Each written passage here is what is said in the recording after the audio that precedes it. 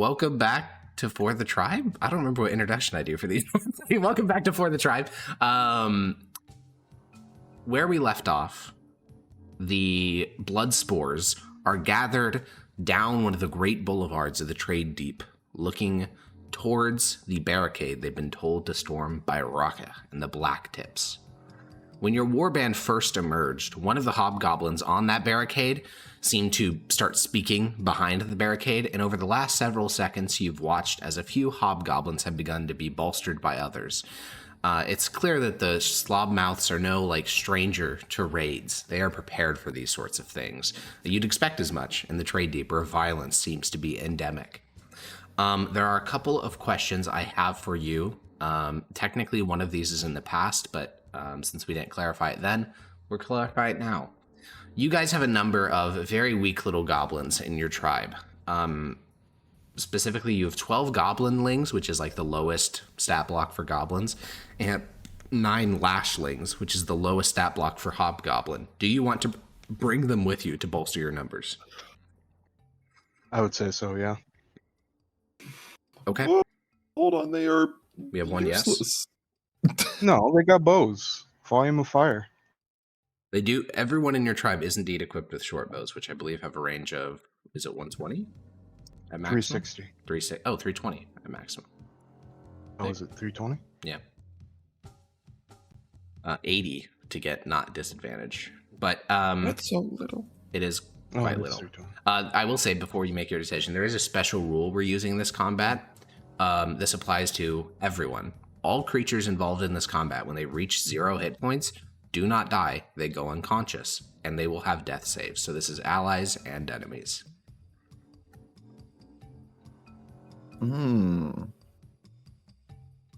Oh, very cool. So, do we want to bring the chaff? Oh, that means he has healing. They're gonna use healing. Let's bring the chaff. Yeah. We have 2 for it, Jackson and Nero. Let's kill the horse. I don't know who the horse is and why we're killing him, but They'll be fine. I'm sure they're They'll not be going to get fine. hit by some random fireball or wall of fire or something and just lose 50 goblins. Hear me out. If any of the lashlings die, what are the odds they come back as a cleric of Dominus? 1 in 1. Well, it's not zero. 200%. 1 in 100. So if there's 50 of them, that's 1 and 2 that would get them. Sure, Right. but you have 9, so it's 9 out And we of got a 100. 1% chance. Yeah. 10% chance almost. Realistically, I like it should those be odds. it should be a 1 in We should- 10,000 chance, but But we're cool. you're a little bit cool. We are the objectively correct religion down here. Mm-hmm. It's been proven. Okay, so we're bringing the chaff. Second question. This is a pretty split-second decision, so there's not going to be huge amounts of deliberation on this, but Rathaclick wants to bring himself and a force of hobgoblins to flank around the barricade. He is absolutely certain that all these little narrow corners and alleyways and stuff are filled with traps and goblins of the slobmouths. There's no way you build a really strong barricade and don't guard the flanks. He's hoping, though, that they will be distracted enough by your assault that he can still flank. So he wants to take, again, almost all your hobgoblins and himself to go flank. Do you want to let him? That's not a terrible idea, but what is the barricade made of? Wood, stone, metal, anything that they could find. And, I'm just good at distractions. and we were just tasked with destroying some outer piece of it. No, your goal With is that, to killing them all. seize it and kill all of them. Kill everybody on that barricade. Yes, and if they try to launch a counterattack to retake it, kill all those people. Your goal is to secure it and then leave. And then leave. Yep. Oh. I was As just in, thinking we We try hold to it burn until down. they send someone to relieve us, or I don't think Raka would expect quite that level of bureaucracy. Basically, the exact task that Raka gave you was go there, kill everyone, leave. As for burning it down, yeah, if that works, it works. Again, you would expect them to have countermeasures if they're used to defending this barricade, but If you burn the whole barricade down, that does do the job of getting them off the barricade, I guess.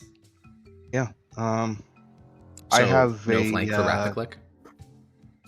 It's a tenuous no. Let's see how the my plan goes Well, at first.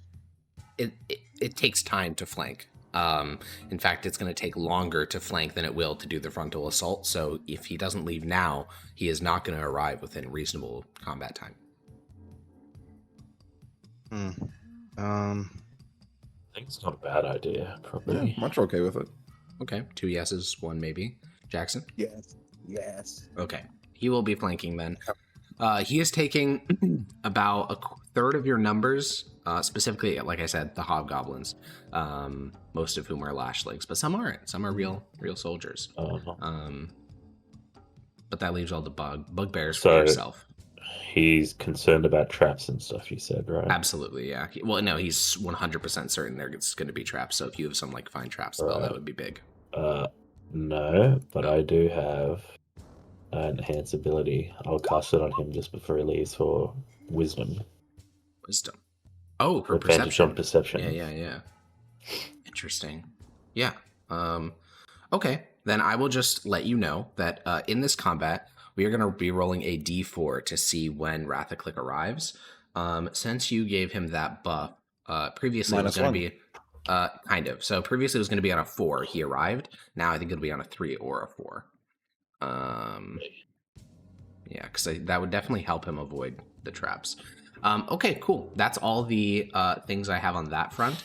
The next thing we're going to do is this battle map is not technically accurate. You guys are much further back than this depicts you as, but I would like to know what your formation is. Like, how are we grouping together our fellas as we charge towards the barricade?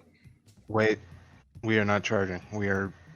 What I wanted to do was have everybody. I have a bunch of flasks of oil. I want everybody to dip arrows into those flasks and fire them at the wooden parts of the barricade. Whatever your tactic, it still matters what your formation is. So what's the formation? You're still charging 500 feet closer or whatever, so. Yeah, Munch will lead the bugbears. How much cover is there? If you Is use it the literally houses just a fair amount, but the boulevard itself is completely empty. It's a killing field. Yeah, we're going to be using the houses as cover. Sure. What is this guy? That is Snarg. He is a wound leaper. Ooh. It's a slightly higher, better stat block than the rest of them.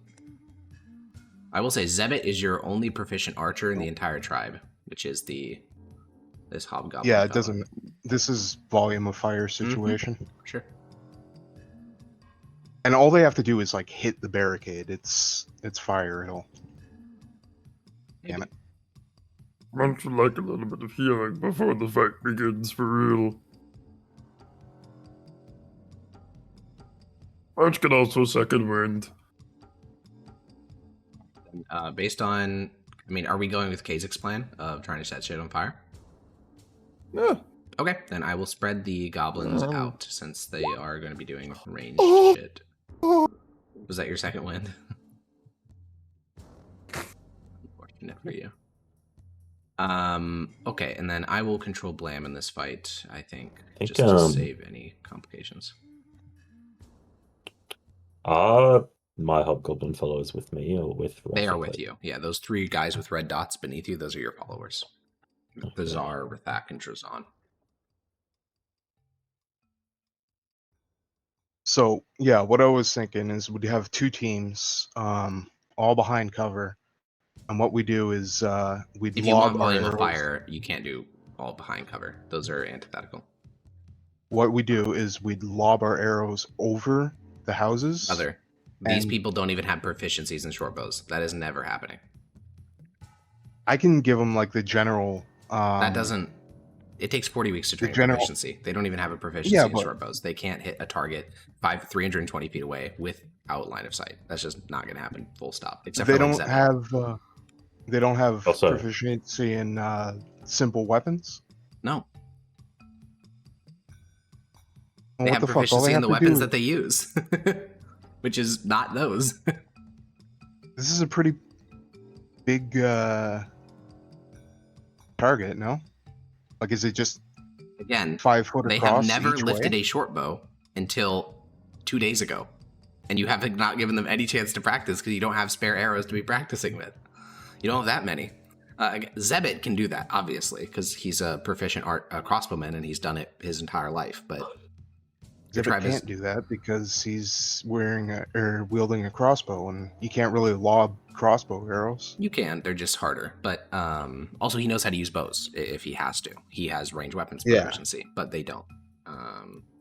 So if they're shooting directly, it's just going to be at disadvantage. But indirect fire with 0 experience is going to be like a 0% chance to hit. Sedge.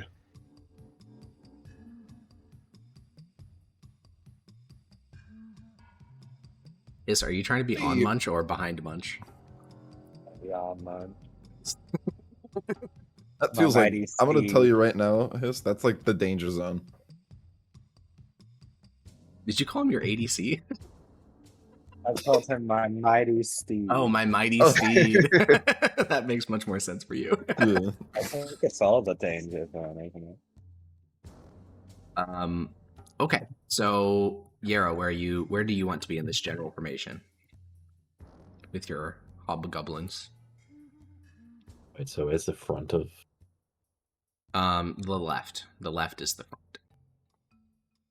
You just if you go to the oh left, yeah, you can see the I zoomed barricade. out. I can actually see them. Yeah, on the barricade. All right. I will, I guess, be at the front. Okay, and do you want your Do my little hobgoblins? goblin guys have shields? They do, right? I believe yours do. Yeah, they do. They have chain shirts and shields. Phalanx formation. I don't think they get a bonus for that with this particular ones. I'm saying like the goblins with the Oh, they short bows, do. maybe can hide. They do get out Phalanx bonus. So if they're within 5 feet of another hobgoblin, they get +2 AC. So just a little formation moving forward, shields interlocked. That's very cute. Okay. And I'll have aid up for them Yeah. when we start. Is aid a concentration spell? It's not concentration. Okay, that's big. You should cast it now then.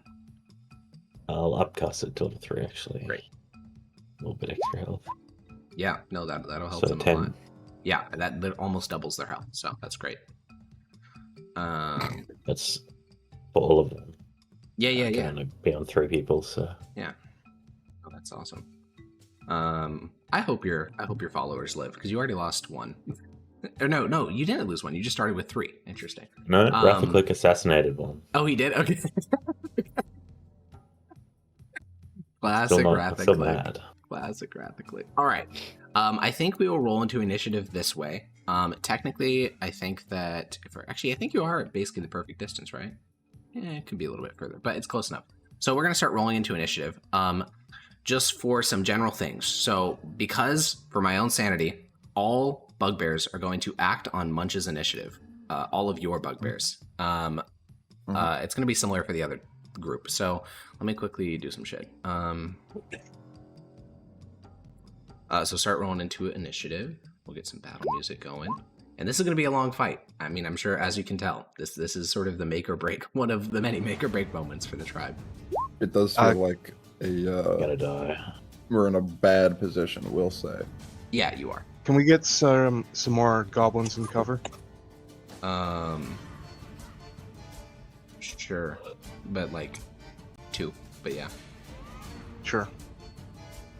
And again, they can't shoot from cover because if you step out and you make an action attack, that you can't move back into cover unless you have bonus action, which some of them do. Plonk and Belch. Oh, you can't see it by the way, but I have the names of every single goblin in your tribe on my screen right now, so I'm going to be naming a lot of them. But most of your goblins can't dance in and out of cover. Some can though. Okay, so yeah, we have bugbears on Munch. We have the hobgoblins on Mardak. Hiss is on Munch's back. We have Yapper.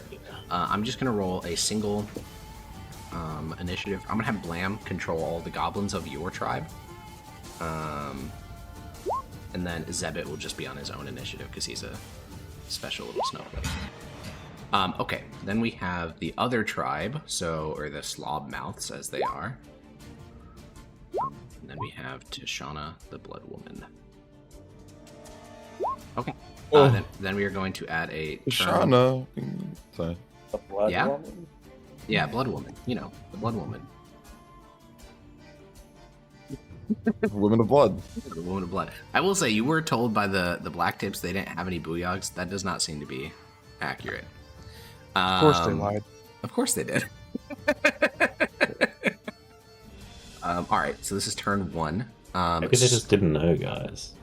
Cool, okay, so you guys rush forward into sort of what are the maximum ranges that you can actually make attacks with. I will do. I think hopefully this is the best way to depict it. We'll see.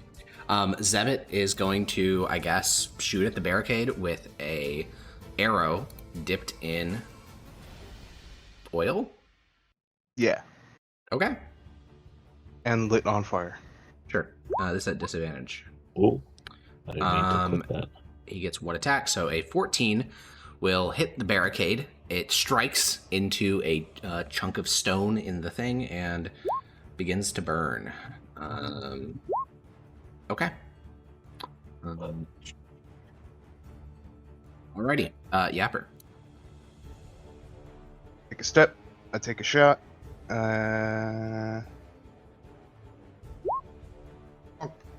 14 hits. So roll your normal attack with an extra d4. And a d4 on top of that. Julio Bambulio. And bonus action step. The archer, the defenders of the barricade will open up their first volley. These are all at disadvantage, so that is important to keep in mind, but this is going to be 5 attacks. We'll do 3 on Zebit. 1, 2, 3. 1 hits Zebit for 16. And then we'll do Jesus. 2 on Mardak, again, at a disadvantage. 16? 2 and 10, 12 and 10 both miss Mardak. Okay. Tashana, the Blood Woman. I think she'll save that. She'll save that. She'll save that. She will just ready.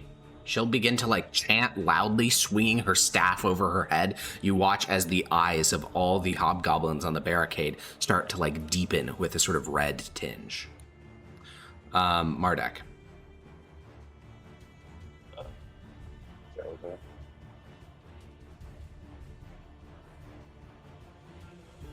So I can move if I dash 40 feet per turn. You can indeed. Now, Yapper's stratagem is to keep pounding it with fire arrows, hopefully to just burn the whole thing down. Where does Mardak factor into that plan? I mean, I don't even really have. Yeah, I know. Range And your attacks. lashlings are terrible at shooting. So are you just an arrow cushion? You might be able to cast darkness to obstruct some of their view. You would have to get very close for that. I would also have to have the darkness spell, which is not a cleric spell. Oh.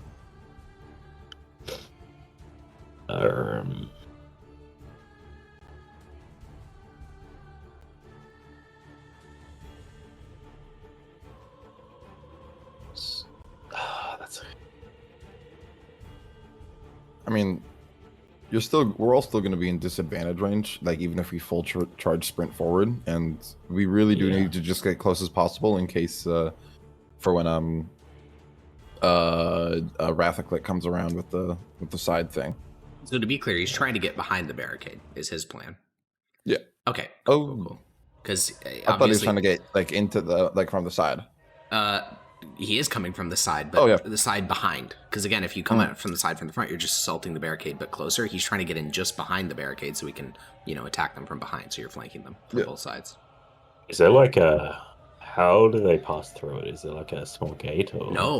No, actually, it seems as if You they just use climb over? the side passages, like the alleyways and shit. Why the fuck didn't we use that? How tall is it? Because they're trapped, and if you try to move your entire force through them, you're now choke pointing your shitty ass goblins into 1 square wide tunnels. How tall is the barricade? 15 feet. Oh, that's climbable. It's I can also just I mean, the boys lift people start in walking there. Forward. Yeah, the bugbears can easily climb that. Their arms alone are like 8 feet long. It's dash action. All right, A little bit closer. the armored soldiers march forward, shields up. Alrighty, this whole volley is going to be directed at you and the hobgoblins. These are at disadvantage again, though, so we have 4 attacks against Mardak at disadvantage. I don't think any of those hit, right? Also phalanx. I have. He does not get the phalanx AC bonus, is but everyone else 24, does. so- 24. Okay, that's a big number. Shit, AC's 24. Yeah, he got the red metal armor and the I shield. forgot. I didn't forget it was Yeah. that big. Alright, these are 2 attacks on the Tsar at disadvantage, both miss. 3 attacks on Rathak at disadvantage, all miss. So you and your hobgoblins continue to like move forward slowly, shields lifted, just as crossbows slam into shields, the wooden shields of the hobgoblins beside you. But well, he's protecting you. Much. Me and the bugbears are all gonna go 40 feet. So 60 feet forward, I believe, right? Let me Yeah, do some. Let me do some little calculation. Yeah. All right. We're still at a disadvantage, right? Or still. Hiss, what are you doing? No, that was me. Sorry, I just needed to. All right. Yeah.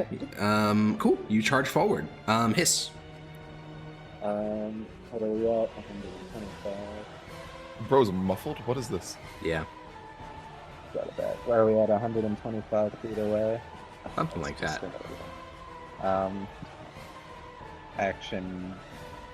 Dodge. Okay. Action dodge. Sure. Okay, so Blam is one of your guys' like best healers, so I think he will action dash over to this like alleyway. And the rest of your goblins are just taking mass volley fire attacks against the barricade. So I'm gonna roll 1, 2, 3, 4. No, these are D20, D1, so actually I have to roll them individually. So basically, they get no pluses or minuses. So we're just rolling this. If any of these are a 11 or more, they are considered a pass. So that is. Oh no, shit! This is taking the higher one. I guess we just look at the gray one. So that's a 4, a 4, a 5. How many of these do I need to do?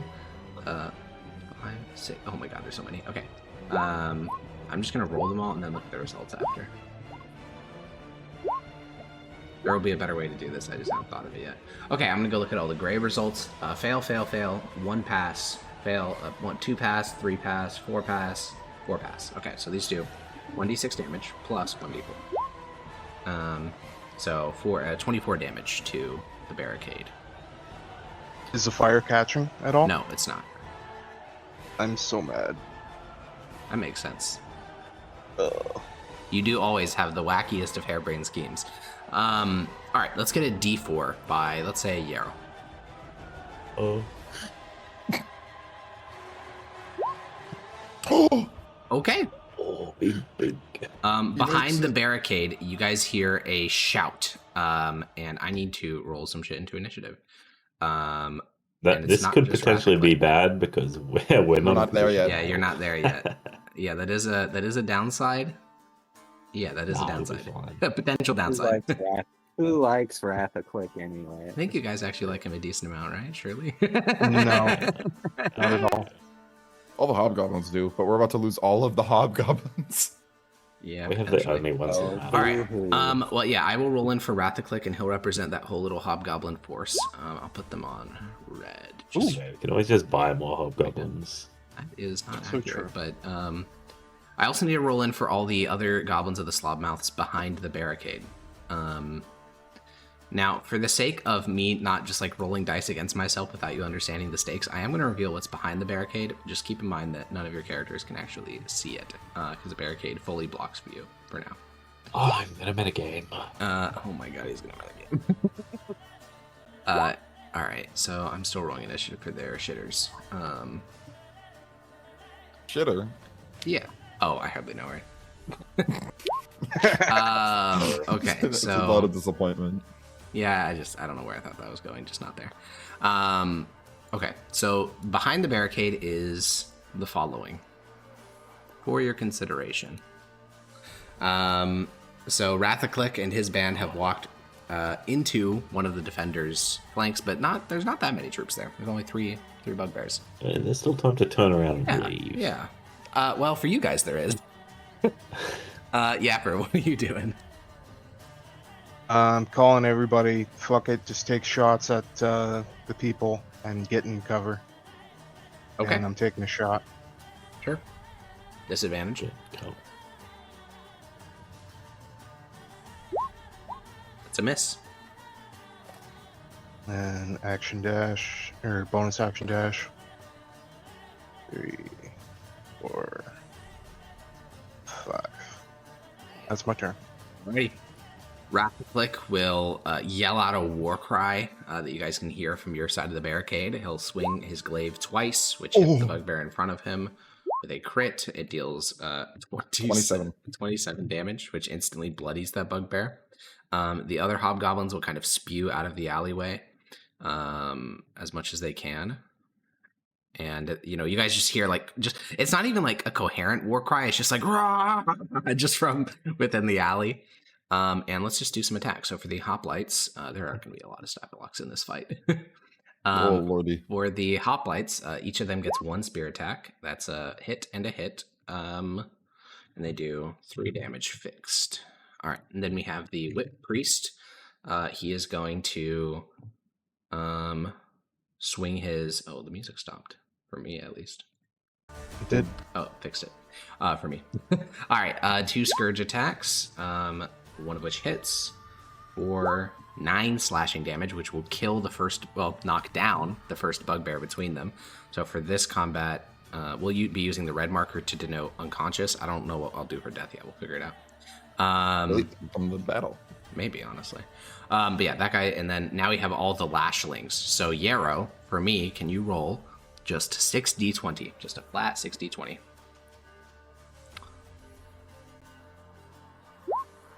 All right, so what would be a hit here? It would be the 11s or above. Yeah, 11s or above. So we have 3 hits. All right, perfect. Okay, cool. That's Rathaclick's first turn. Now we have the defending hobgoblins.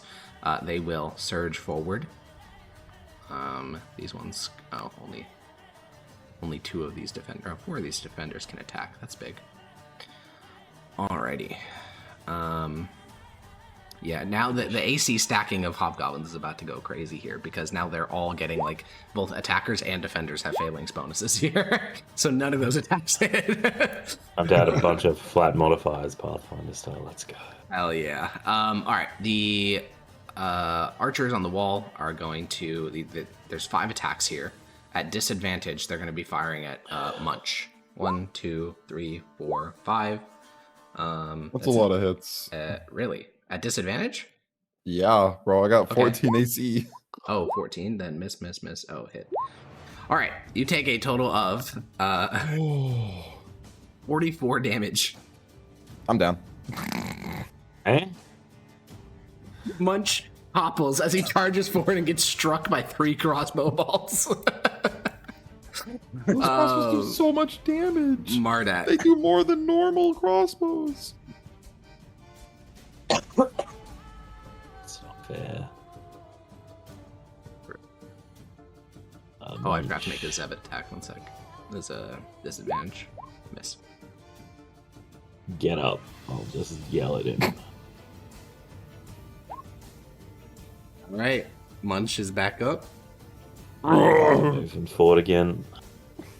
Be in range now, I think. Maybe just I will be in range.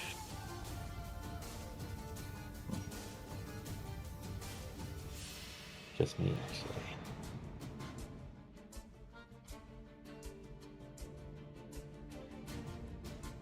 Okay. You done? Yeah. All right. You will trigger a readied attack by Tashana the Blood Woman when you enter into 120 feet. I believe that misses. Yeah. Oh, my AC is 24. Yeah. Alrighty. On her turn, she will look behind the wall and see what's transpiring there. And she will... There's a bunch of ways for this to go.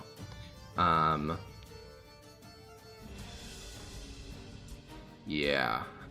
She will cast Marrow Rupture on just behind Rathaclick.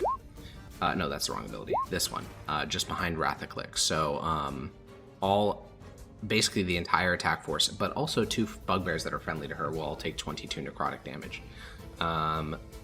Technically, the lashlings can live. The con save, yeah. So 1, 2, 3, 4. Then we have Rathaclick himself. Then we have... That's a pass. Damn, Rathaclick is kind of going crazy this fight. Then we have the Whip Priest, and then we have 2 Hoplites, and then we have... Oh no, fuck, that's a Wisdom save. Whatever, it's the same modifier. And then we have the 2 Bugbear Defenders of the Slobmouths. Okay, so going through the list, that is only 1 dead Lashling, which is crazy. I mean, the rest are really injured, to be fair, but that is only 1 that actually straight up dies. Goes unconscious.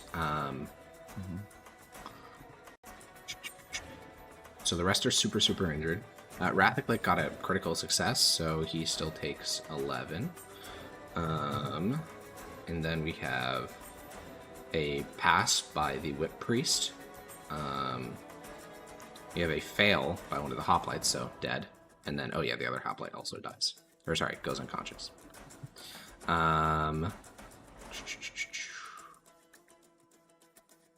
and then the... the 2 bugbears both failed, so they take the full 22. Jesus Christ. Okay, so about half the hobgoblins of your tribe are either unconscious or near unconscious. And that was her action. As her bonus action, she will target up to 3 blood. Oh no, she needs to move closer to do that. So she will descend the ramp over here, and then she will use her bonus action to heal 3 bloodied allies for 5 HP. So she'll. There's only 1, so she'll bring this bugbear up with 5 health. Okay. These goblins. I mean, there's literally no angle that they can even get to Rathaclick's attack force. So they will action vibe. Munch. I'll have the bugbears keep charging. I'm just have to get up from prone, so I'll be a lag a little behind. Yeah. Honestly, it wasn't even your turn before you were revived. So I think you're running forward, 1 in the chest, 1 in the chest, 1 in the neck, and then you start to fall forward. But then instantly you're right back up charging again. So you can take the full. Get up. You can take the full 60. Well, I didn't really want to as a player. Oh, you wanted them to run past you? So I don't want to take another hit. Fair enough. But yeah, Munch would go full 60. Munch goes 60. The rest of the bugbears go 60 with you. Actually, Munch will lag behind just a little. Just a little. Just a little bit? Okay. Just a little. Get more into the bag. God, that big one, guys, were cooked. All right, this is a volley just against the bugbears. I mean, it's this is the Southern Archers, and they're just looking directly at the fellas. So, all right, so this will be 4 attacks at normal against Karsic, just to your left. That is 2 hits against him for 9 damage and 15 damage and 9 damage, and he is unconscious. Yup. Okay. Oh, and then there's the bottom 5 who will fire at Vrash to your right because you are clearly very injured and not something to be concerned about. 1, 2, 3, 4, 5. Let's go. Only 1 hit. That's crazy. Yeah, he just tanks it. He's not even bloodied. Hiss. You are on the shoulders of a giant. People are getting fucking riddled with crossbow bolts around you. We're in 120 range, so I'm gonna Certainly guiding bolt the top guy there. Just to one of the archers. Yeah. Okay, that unfortunately misses. It strikes into the barricade instead. The parapet, they're hiding behind. Alrighty. Blam is going to, once again, just action dash, getting slowly ever closer to the barricade. And the goblins as a whole will move forward 30 and then fire arrows. And I think the best way to do this is to just roll double dice and just consider every dice a pair. So there's a total of 16 goblins here. So I'm going to roll 32 d20, and every 2 d20s is considered a combination. So 11 and 16. So that's fail, fail, fail, fail, fail, fail, fail. A pass, 1 pass, 2 pass, 3 pass, 4 pass, 5 pass. So that is going to be 5d6 plus 5d4. All right, 25 more damage on the barricade. Wait, I said shoot the people. They can do that if you want. Is the barricade even looking damaged at all? Oh, well, yeah, it's taken like 70 or 80 damage so far. Bro, shut the fuck up. Do you want them to target the people on the wall? Fuck it, shoot the barricade. I don't know, man. This is Okay. fucked. I gotta get out of this goblin war, man. They're fucking casting 3 spells a turn. The camera Just didn't saw a even big pan one go for down in a it. single round. All right. The bugbears that are fighting against Rathaclick's group, one of them is going to swing at one of your downed goblins, miss. Another one's going to swing at a downed hobgoblin. That's a critical hit. It still only inflicts 2 failed death saves, though. So Splatok is near death. And this bugbear will swing also at one of the downed ones, which hits, and 2 failed death saves onto Halbrath. Okay. Zevit, the lovely archer. At this point, since you're still targeting the wall, he will move forward 30 and fire a disadvantage crossbow attack, which will hit the barricade for that much plus 1d4. Yapper. La-da-da. That's what I'm saying. La da da da type shit. Shoot. Boop. Who are you shooting? The barricade, I guess. Okay, sure. Roll an extra d4.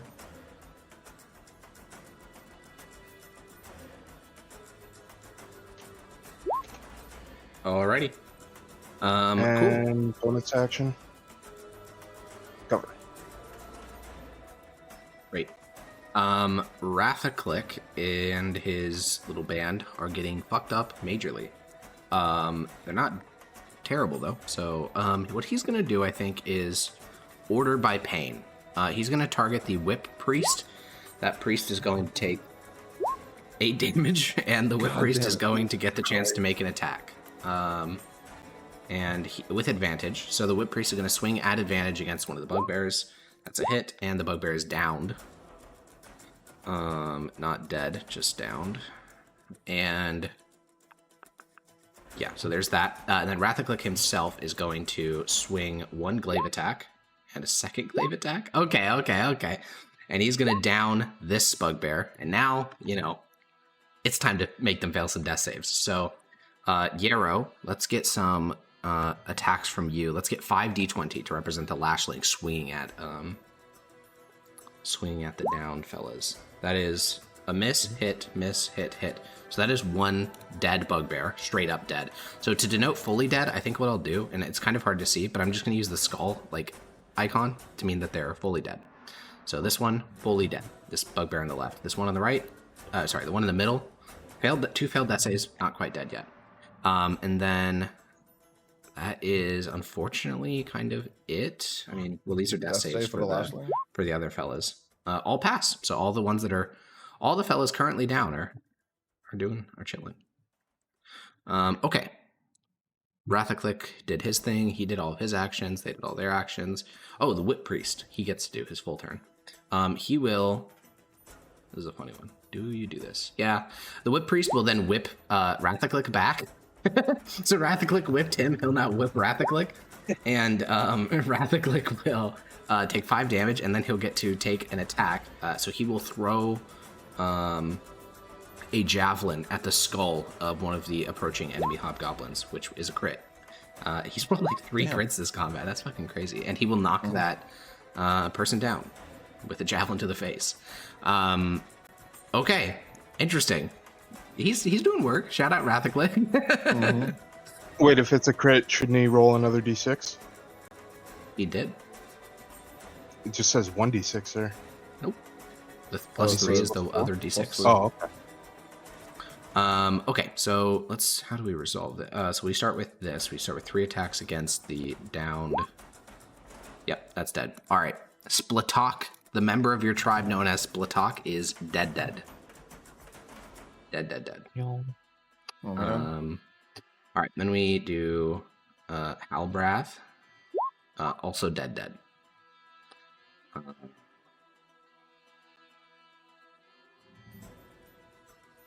Oh, Then damn. we can Hellbreath just was do. old. Yes, he certainly was. We get 4 attacks against your lashlings. Only one of those even hits, which is kind of fucking crazy. Then we get 2 attacks against the... No, 1 attack against the Whip Priest. Miss. And then the enemy Whip Priest, is going to make 2 Scourge attacks, which also miss. Hobgoblins are really hard to kill each other. When there's just 2 masses of hobgoblins fighting each other, no one fucking dies. All right, the top line of archers will fire a volley at the hobgoblins, the Mardak fellas. So this will be 5 attacks at disadvantage onto Mardak. No cigar. All right, Mardak, 5 more arrows. Dun, dun, dun, dun, dun, deflect off your red metal shield. Kind of committed now. Kind of. See how close I get if I move 20 feet. Me and my 20-foot movement. Not good.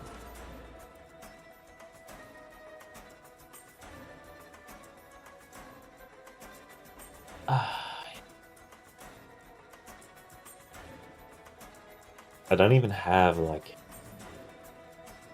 a spell that would be useful. I don't have any kind of area of effect, anything. Sounds like you're just fighting then. You're just climbing up the wall and fighting. Everyone's gonna be dead by the time I get to the damn wall.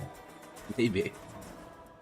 I had an idea, and then the stupid spellcaster left the wall. I can't see her anymore.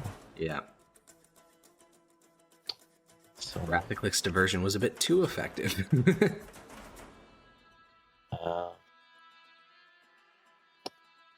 yeah, I guess I will just dash another 20 feet. Oh, You can dash, 40 in total. yeah, so Right, you and your boys advance another 40. Was that 40 feet? that's 40. Crazy. Okay, It's sad, isn't it? she's gonna roll to recharge her bonus action. Fail. She will climb partway up the ramp so that she can see down onto the attackers, and she will first do Gore Spike onto one of your lashlings, which is a critical hit, and that lashling is instantly down, not dead. And then she will use hemorrhagic. There it is. You got it. Hemorrhagic Touch, which is a touch spell. However, she has Hemomancer, and she can cast spells through bloodied creatures. So one of your bloodied lashlings has his blood sort of form into a hand and then try to grip his throat and throttle him. But since it's only a 16, he manages to use his ward to his shield to batter away this hand formed of his own blood reaching for his throat. Get me out of these goblin wars, man. All right, this goblin force will start sprinting towards the main barricade to help defend it. Munch. I think you know what Arsik happens. is on the ground coughing beside you. Coughing up blood and piss and shit. Charge, everybody. George. Oh no, Munch. You What do gotta we survive. do? Wait, hold on. Hold on, Wait. I'm holding. I'm on. Oh. If we got 5 feet closer. That would Yeah, be you in could range. use the, yeah. Well, no, it's 15 feet high. Never mind. It is 15 feet high, it's true. Um, You should could always we- just run into cover of one of the nearby alleyways and let the rest of the bugbears run. You gotta survive, Munch. You're in the prophecy. Oh, I would love to survive. Hiss, how close do you need to get closer?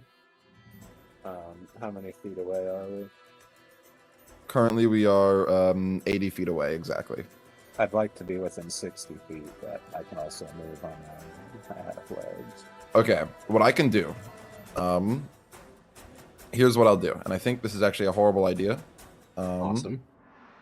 But I'm gonna let the big words charge. I'm only gonna get to here, and ready in action to dash it to cover once Hiss has used their attack action. Okay. Now that is after. So the next. Yeah, that people will act be. Yeah, they will all act, but the bugbears will all be charging ahead of me because they'll be moving 60 feet in. It's true. Okay, cool. You could also action dodge, but if you want to just run to cover afterward, that also works. You know, maybe action dodge. I actually want to get closer, so I'll go the full 30 feet then and action dodge. Alrighty. Now that you're getting this close to the wall and there's bloodied creatures on the far side of the wall, the bugbears are in a frenzy. Like, they are screaming and hooting and hollering, and Snarg will bonus action dash to get even closer because the smell of the fight on the far side of the wall. They get a bunch of advantages and stuff when they're in the vicinity of bloodied creatures, and they are so excited. I took the shots for them to get as many of them in as possible. Yep. Okay. The archers cannot shoot Snarg. Snarg is close enough to the wall that the angle simply does not work. The rest of them, though, they can't shoot. So this will be the last volley that the bugbears have to tank. This is 2 attacks against Rash. It's 1 hit. He is alive with 1 HP. This is 2 attacks against Brosh. Rash and Brosh are different people. Oh, he's dead. He is not. But with the second attack, he may be. He is. Yeah. All right. Then we have 2 against Bark. Goofy odd names, man. And then we'll do 3 attacks against Obrak. Oh, he is so... honestly, he may be dead. No, actually. It was the final attack that knocked him down, so he's just unconscious. God, the field is already littered with unconscious bugbears. All right, Hiss. Is spiritual weapon concentration? Because it doesn't say on. Spiritual I don't think it weapon is. an interesting one. I don't think it is either, but I'll look it up. No, it's not. It just lasts a minute. Okay, I will bonus action spiritual weapon. And we said this looks like a pink or like a pink and yellow claw or something, like a goblin. It's a mouth. Oh, it's a mouth. bitey Okay. thing. A pink and yellow jaw, just... That was a good noise. Thank you. Earish, I guess. Yeah, I'm just drawing the mouth. Yeah. OC, do not steal. Okay. Where is it? Um. Oh, okay. Great. And I assume it's like 15 feet in the air or whatever to be able to hit them. All right. Yes. Cool. 21 hits. No, he's recapped.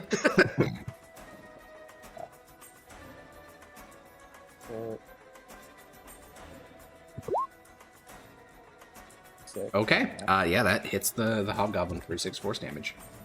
And then that was just a bonus action. So, first of all, action. I'll use my movement to go hop onto this guy. Fucking Yoda, dude. You scramble down Munch, you scramble up Vark. That is so fucking funny. Dead ass playing the game like Yoda. That's great. Munch, does that mean you're running for cover or did you action dash? I action dodged. Okay. Or yeah. All right, Blam will move. My action, because that was a bonus. Oh, that's a bonus action. You're right. I'm going to cast Spirit Guardians on myself. Okay, I believe this is if I recall correctly, an AoE that is like 20 feet and does radiant damage. Yeah, here, I'll put it in chat. Is it a sphere or is it a circle with I a think flat? it's a circle because I think it says radius. But a sphere has a radius. Oh, I see what you're saying. Yeah, I was thinking square. Because if you're below circle, them, not- you could yeah. potentially get them in. 15 feet, not 20 feet. So he'd have to be inside of the barricade for it to affect them. Even if it is a sphere. I'm just getting it prepped. No, so I understand. Okay, cool. Great. Yeah, Blam is going... to say, I'm not putting any of my own guys in the kill zone. Blam will rush forward. He's going to bonus action heal Karsic. Actually, he'll heal Obrak since... Oh, no, he has to heal Karsic because Karsic's in range. And then action dash back into cover. Blam is doing the weaving in and out. As for the goblin mass of your tribe, at this point, it seems like you're just doing a full assault, so they're just going to action dash forward. And because they Do but goblins still have the bonus action thing? They don't. Okay, cool. They'll just action dash. Okay, so these are the bugbears that are fighting against Rathaclick, and they're not doing very well. Rathaclick's fucking them up real bad. Only one of them's even conscious, but I guess this singular conscious bugbear will swing at one of the downed lashlings and miss. That's crazy. It doesn't have advantage on unconscious. Oh, you're right. So it does hit. So he has 2 failed death saves, but he's not dead. All right, Zebit will just action dash forward at this point since we're just on a full offensive. Yapper.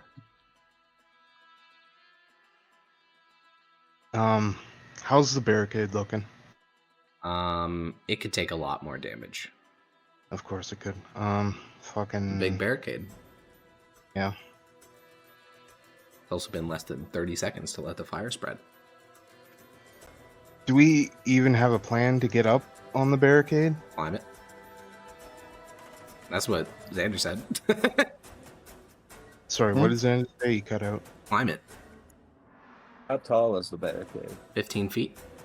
It's like one swift motion for the bugbears. They could vault it. True. Okay.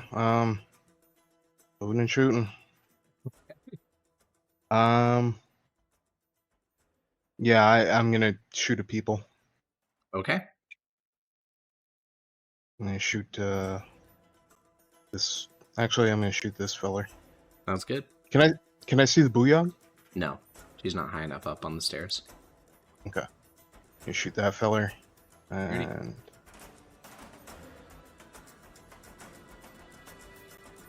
that was the wrong button. That'll miss. Great. And moving to cover. Alrighty. Flies and misses. Back to Rathaclick's assault. The numbers are getting... One-man assaults, man. Yeah, not wrong, not wrong. He will make 1 attack against the downed bugbear at advantage, which will hit, and that's just dead. That is a permanently dead enemy bugbear. He will then throw a javelin at their whip priest, which hits again. God damn. And then bonus action, he will attack. He'll order by pain your guys' whip priest, Kovaron. So Kovaron can act immediately. Basically get 2 turns in. And Kovaron will whip. Those two are just like flagellating each other. It's like kind of a kinky relationship those two have. But yeah, I don't know. For the rest of these guys, I mean, you know, yeah, I think I will just delete the bodies that are dead, because otherwise this shit's gonna get so fucking clogged. Oh, I know. I need to know who all died on your side, so I need to keep them. Well, actually, you know what I'll do? I'll just mark it on the spreadsheet as we go through it. So Halbarath. You what? Put them on a different layer or something. I could do that, yeah. But Halbarath is dead, and Splatok are both dead. So I'll just mark those accordingly. Okay. Cool. So yeah, these ones, Yarrow, roll me 4d20 for the lashlings.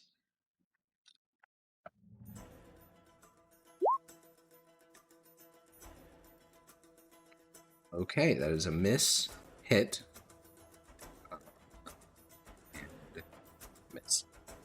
Okay, so that's all of them. The Whip Priest now makes 2 attacks, so he's going to swing once at the downed guy and then once at a living guy, permanently killing one of the other downed guys and injuring one of the living ones. Holy jamoli. Okay. Then the enemy hobgoblins are cooking. What are they cooking though? Okay. I need like 3 or 4 more turns so I get to the ball. Yeah, I mean that you're not wrong. When you're right. That's a hit. Okay, so another one of your fellas is downed. Urek this time. Then we get Haste. 4 attacks against Velker. Velker is not downed. And then 3 attacks against Umakul. He gets hit twice, so he is down and injured. Okay. I think that... Oh, no, they're Whip Priest as well, who makes 2 attacks against. Okay. Belliger is still alive. Hanky ass motherfuckers. Alright, now the top volley of archers. They're gonna fire at the hobgoblins. So, how close is Hierro? Oh, he is the closest one. Okay, so these are gonna be 5 normal attacks against Mardak. I mean, you are the tankiest, and if they could bring you down, that'd be great for them. If they're shooting at me, I'm very happy because they're probably not going to hit me. Yeah, that's fair. Only the top battery is shooting at you. But yeah, that's 5 attacks that all clang, clang, clang, deflect from your shield. Mardak, it's your turn.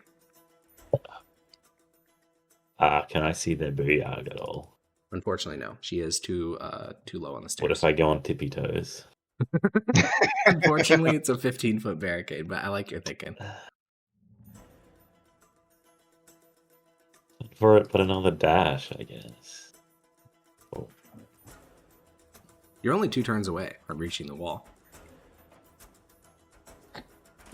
That was not 40 feet. Okay, I was going to say that I know that's not 40 feet. You move like 1 tile for a second, and I was like, that's not 40 feet. But no, that is 40 feet. Yeah. All right, Tashana the Blood Woman, she's going to see if she can recharge her healing. She does. There's not even... All the bugbears are dead. There's no one to heal. All their downed people got just executed by yours. So there's literally no one to heal. Awesome. So I guess she'll just fucking... We learned from the Red Weaves. You did. So she'll step up onto the wall fully now, and she will start targeting the approaching bugbear horde. She will shoot a gore spike at Vrash. Horde, it's only like 4 of us. Horde. And then she'll do a second gore spike onto Karg, which hits, and he's alive. Rathaclick is so screwed. Yeah. We're all screwed. Yeah, also true.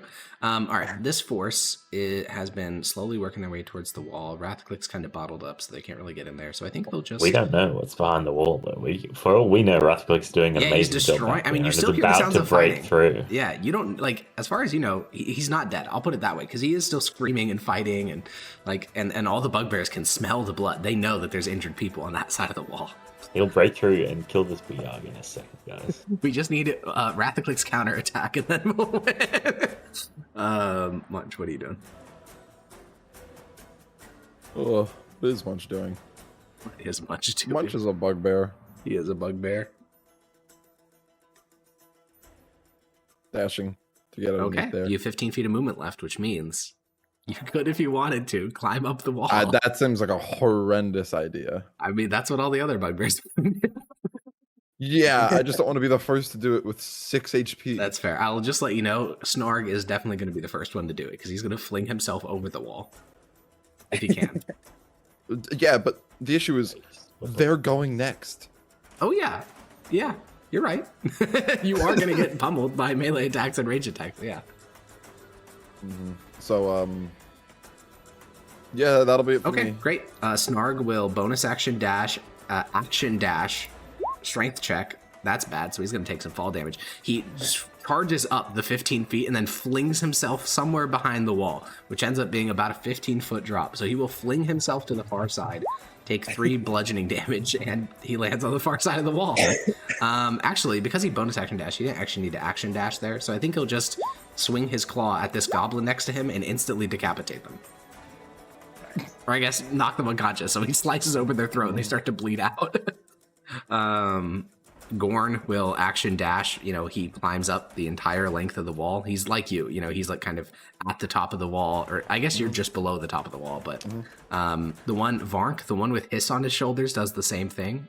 So Hiss, you are basically like a foot below where the hobgoblins are. And then, Spirit Guardians? Yeah. I believe that triggers on their turn, if I recall correctly. But yes, it will trigger. It's when they enter. Oh, when they enter. Okay, cool. Then that is 1, 2. That's a lot of saves.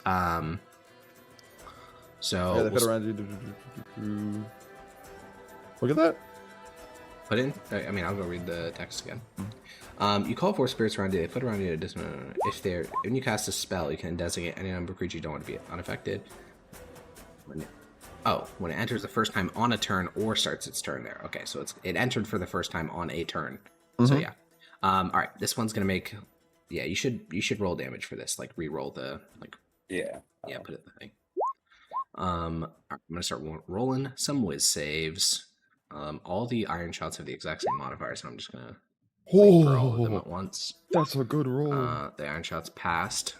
The priestess, she Fails. which is crazy because she had the highest wisdom. So this little goblin is instantly knocked unconscious. Like, you can't even see him, but he's knocked unconscious. She is getting battered by these. What does your spirit guardians appear like?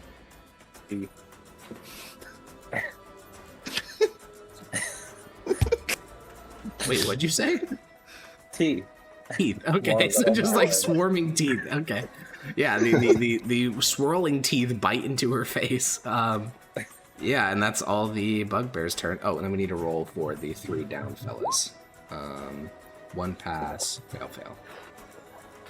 Alrighty, the hobgoblins now, I guess, start their turn inside of it. So I guess that triggers it again. Yeah, that triggers it again. Roll the Yeah. thing instead of damage. So I will roll for the priestess. Fails. That's crazy. And then for the hobgoblins, Are the other ones fail not again. bloodied at 10? No. They fail. They succeed. Okay. Oh, yeah. Oh, fuck. They're. So roll damage again. Oh, Oh. that's not as good. So they all take 10 this time, and no, none of them are bloodied. If the 20 damage, none of them are bloodied. No. Oh.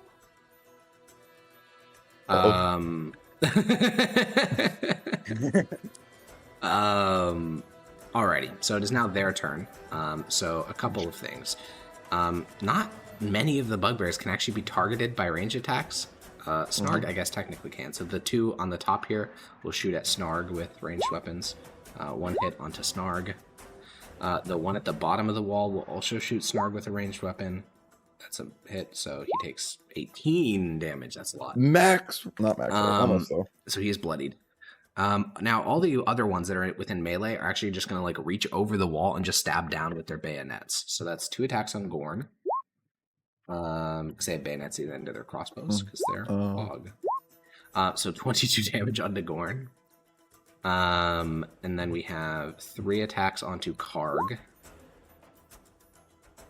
2 hits.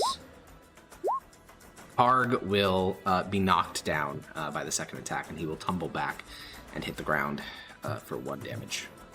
And then a bayonet attack on, I guess, Hiss, because Hiss is the closer one of the 2. It's a 15 hit you, Hiss. My AC is 50. Then it does not hit you. So they're trying to like stab you. It's some Looney Tune shit. It's like you scramble across Vark's shoulders, and he keeps like stabbing Vark by accident, but Vark doesn't care. Okay. Now I do believe that. Oh yeah. So this I think triggers now because so many enemies are bloodied. I think it probably triggered earlier as well. But all the bugbears in your guys' assault force are now in the red haze, so they have advantage on attack rolls and. Attack rolls against them also have advantage. Now, so that'll basically come up from here on out. That is, oh mama. Hiss. This combat is going to end very quickly in terms of rounds. We will, first of all, bonus action spiritual weapon. To miss. And then, I suppose we got. Am I within range that I could touch the guy? You are, yeah, because he made a melee attack against you. We will inflict wound. You reach up towards the hand that's holding the bayonet. And his arms worm back. You unfortunately do not get to grasp him. Alright, I'm gonna leave it there. Okay. Blam will skitter forward as an action, and then bonus action, he will heal. I don't think that's how Ethan would have played this, but I do think it's very early. He will bonus action healing word Karg, I believe. Slowly bringing back each of the bugbears as they're downed.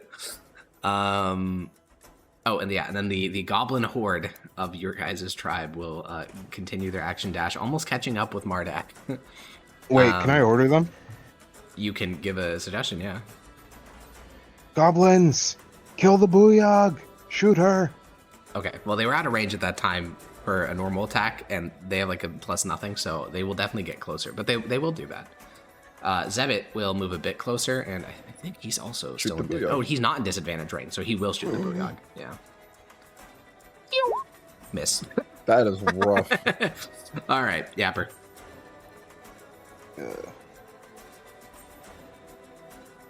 Damn, booyogs, you scary. My movement and my shootment. Is disadvantage against booyog? Shooting the booyog. That misses. Alrighty. And Rathaclix. I bonus action move too. Rathaclix attack. Well, Yarrow, let's get 2d20 for the lashlings every time the number is less. As they attack. That's a miss and a miss. Rathaclick himself. I mean, I guess he'll just weigh in, because like he can see that now bugbears of your tribe are starting to get over the wall, so might as well. He'll kick aside the corpse of Irmacool and step forward and start swinging. That's a hit, and downs one of the enemies. And then he will whip, or he'll just keep doing the shit he was doing with the whip priest. So he'll scream at the whip priest to suffer more, and the whip priest will say, "Yes, yes, Father, I shall suffer for you." And then the whip priest will take 8 dude. I think the whip priest is going to go down exclusively through Rathaclick shouting at him at this point. That's crazy. This is kind of awesome. And he will take 2 attacks, both of which miss. And then the whip priest. They have will... advantage. No, this is not Okay. against the downed one. But Or make one attack weapon with advantage as part of the order by fan. oh, you're right. I was making his normal attacks. This should be the advantage. Yeah. So that does knock down. What I should roll it. Yeah, that does knock down another one of the attackers. Then he takes his normal 2 attacks. So I gotta roll those. Yeah, I forgot that was a conflicted one. So ignore the crack the whip thing. He will just do 2 two-tailed scourges attacks against one of the creatures that he downed. So that's 2 failed death saves. So he did action, bonus action. Cool. That's all of that shit. The only thing we have to do now is roll 3d20. These are death saves. So let's do that on Kazik. 3d20 for 3 of your hobgoblins. I am rolling so I will shit say today. any failure here will result in death because they are currently at 2 failed death saves each. Oh, Okay, thanks. so one of them is dead. Beliger is dead. Irmacool is dead. Sarcool is still alive. Okay. I will put this on a different layer for myself for later. All right, then the Hobgoblin counter attack force is gonna keep working. Yeah. So this is gonna be 3 attacks against the downed fella. Uruk. Oh, yeah, dead. Uruk is also dead. Then 1 attack against Sarcool, also dead. 2 attacks against Velcour. 1 Oh my hit. god, these attacks. Yeah, these are very high rolls. And then 2 attacks against Rathaclick. 2 hits. Or no, 1 hit because it's not advantage. And then, okay, so that's all those. Then the Whip Priest will step forward, and he will 2-tailed Scourge into Cathar. 1 hit, and then 2 failed death saves. Oh no, it's gonna get down to just Rathaclick too. Oh, yeesh, Luis. Okay, that's the entire counterattack force. I believe I have to make 1 death save for one of the downed goblins on the enemy side, and it's a pass. Okay. Did I accidentally delete the Bugbear initiative order for their side? Because I'm not saying I did. Okay, I'm gonna quickly roll that because I deleted it by accident. 18. So I'll just have them act now. This is like 4 enemy Bugbears. They will. They're all in the red haze right now, so they get attacks all at advantage, and attacks against them are at advantage. So this is going to be pretty brutal. This one will swing against the injured Cathar, dead. These 2 will swing against one will swing against Velkur, alive. 1 will swing against Kovaron, miss. 1 will swing against Rathaclick. I think that hits. I don't think Rathaclick has a 21 AC. He does not. So Rathaclick gets hit for 15 damage. Okay. Now, with all that said, the top volley of archers realize they cannot kill Marduk, so they're going to start trying to kill the other hobgoblins in your little group. No. So these are 5 attacks against Rathak. I believe Rathak's AC in Phalanx formation is 18, so only one of those hit, and it hits him for 10, which doesn't even get through. I mean, it gets through the 8 health you gave him, but he is fine. Marduk. What? I gave him 10 health. Yeah, it gets through the 8 health you gave him. Oh, 8 health. I think Yeah. you said 8 health. No. 8 health. How much health do our little goblins have, generally? The average here is about 5.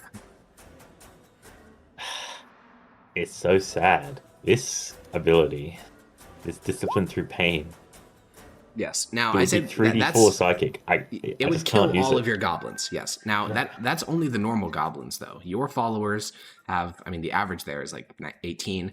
Bugbears have like 30. So it's really just the goblins that you would kill. Everyone else would It's probably just survive. so hard to use. Maybe. Also, you It's could only so use it against damaging. player characters if you wanted to. But Well, it's anyone that accepts it. So Yeah. anyone that would not die from it, probably. But Mhm. oh no! it's also much Roll. better to use in a fight where you guys have all your resources. This is You like know the who would third be fight in a a- row where A you've great had... person to use it on? Zebit. It's true, actually. He's a Zebit is- hobgoblin. It's anyone I can see that wants it gets it. So Oh, you're using it? I'm thinking. Oh, about okay. it. Well, yeah, Zebit could use it. I think Blam could use it because he's full HP.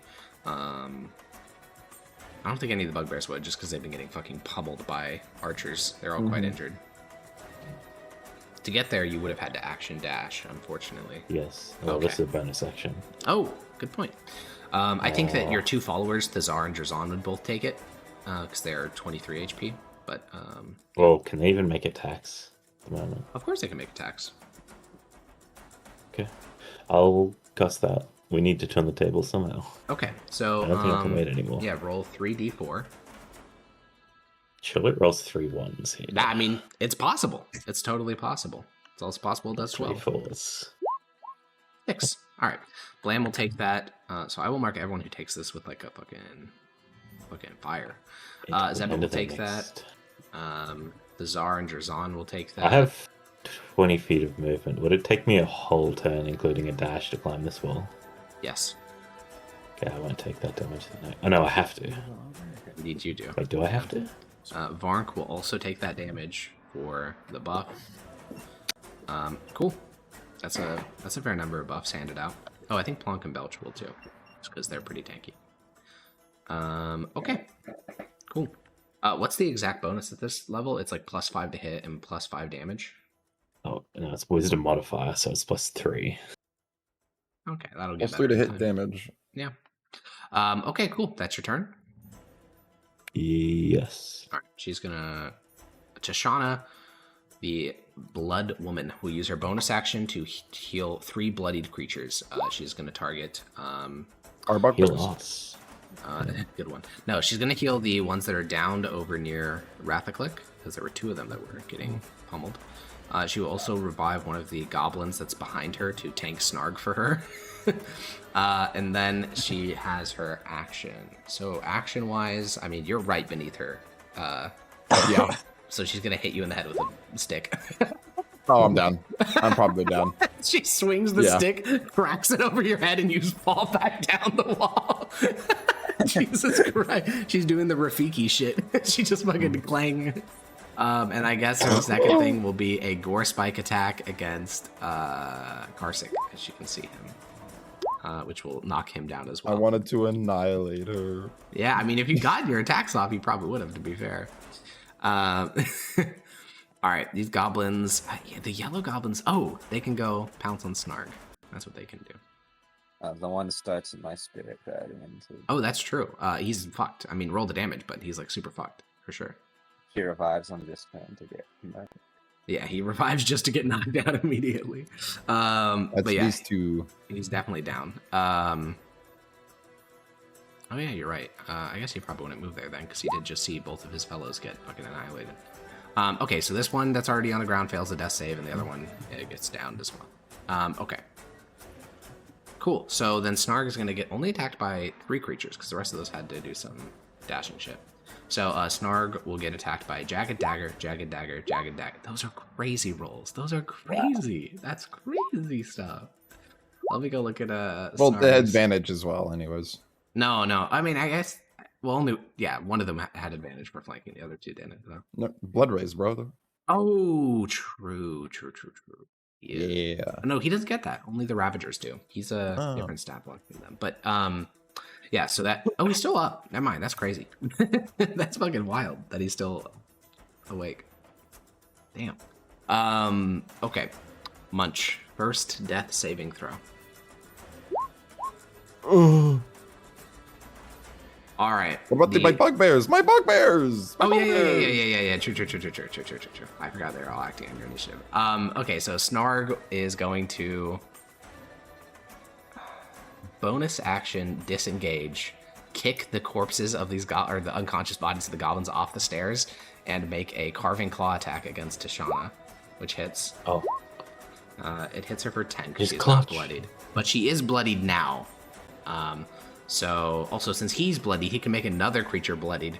Oh wait, I'm seeing the line. I'm gonna rewind something slightly. Make her This bloodied feature, first. yeah, exactly. That feature allows him to make someone else bloodied, so he's gonna make her bloodied as he walks up and stabs her, and so he gets an extra D. So 20 He damage. gets an in extra, total. yeah, he does 20 damage to her. So she is obviously bloodied. And yeah, damn. One of the Ravagers is just gonna reach up and smack her. It's possible. Okay, so let's do Gorn. So Gorn was just near the top of the thing, so he will fully pull himself up. You know, they hear in the back Yapper screaming, "Kill the fucking Booyog!" So he'll make an advantage attack with his great axe. That hits her for 11. And then the one that's holding Hiss, he's just like, at this point, these are like Urukai, like they're fully pulling themselves up over the barricade, like swinging at her with their upper body. So Hiss, you are fully exposed. Like you're not in cover, you're nothing, because you're on Vark's shoulders as he does this maneuver. But he's going to swing at advantage at her because he's in a blood haze. That is a 14. That's a miss. And then Karg is also going to pull himself up. Oh no, he just got revived. So he's going to climb up 15 feet, which is his whole movement, and then swing at advantage at one of the archers. That's a hit. 21. And that archer is the first of the hobgoblins to be bloodied. Cool. All right, do we need to make any death save? Yeah, we do. Xander, roll me 4d20 for the downed bugbears. Holy moly. Roll 3 successes, 1 failure. The blood spores are going to have this is going to be a rough one. Yeah. We probably should have strategized more. Kasich Peer is pressure punching into the air. charging I'm a sure that fucking Kasich is bolt. punching the air right now. I'm so fucking beving. All right, Hiss, Who would've roll thought? your Spirit Guardians damage. I will roll What if some we saves. did something like burn down the barricade? That would have been a really good idea. Yeah, I mean it would have been hard, but it definitely could have worked out. Maybe. Sorry, nerds. Engaging in but the fast Scarecrow track was right natural again. selection. Just try, dude. That you sound like Rathaclick right now. That's what he would say. Fast tracking natural selection. Oh yeah, they all take. Yeah, they are 14 all damage. bloodied. So the bugbears on the wall, like your guys' bugbears, are losing their fucking minds. Like they are like screaming. Their eyes are like filled with blood. Like they are losing their fucking mind. There are so many bloodied creatures nearby. I mean, I think for everyone but the bugbears, this is like terrifying because they almost never wake up this much. They are like fully fucking enraged. I'm an honorary bugbear. Yeah, it's the honorary bugbear. One of the good ones. Okay. These iron shots are both gonna stab Gorn. They have advantage because he isn't a full You are blood a haze. Anket worshiper. Oh my god. Spirit Still up. Guardians. We already did Spirit Guardians. Oh, did we? Okay. Yep. That also hits Gorn, and Gorn is dropped unconscious, and he tumbles down the wall, hits the ground, and fails 1 death save.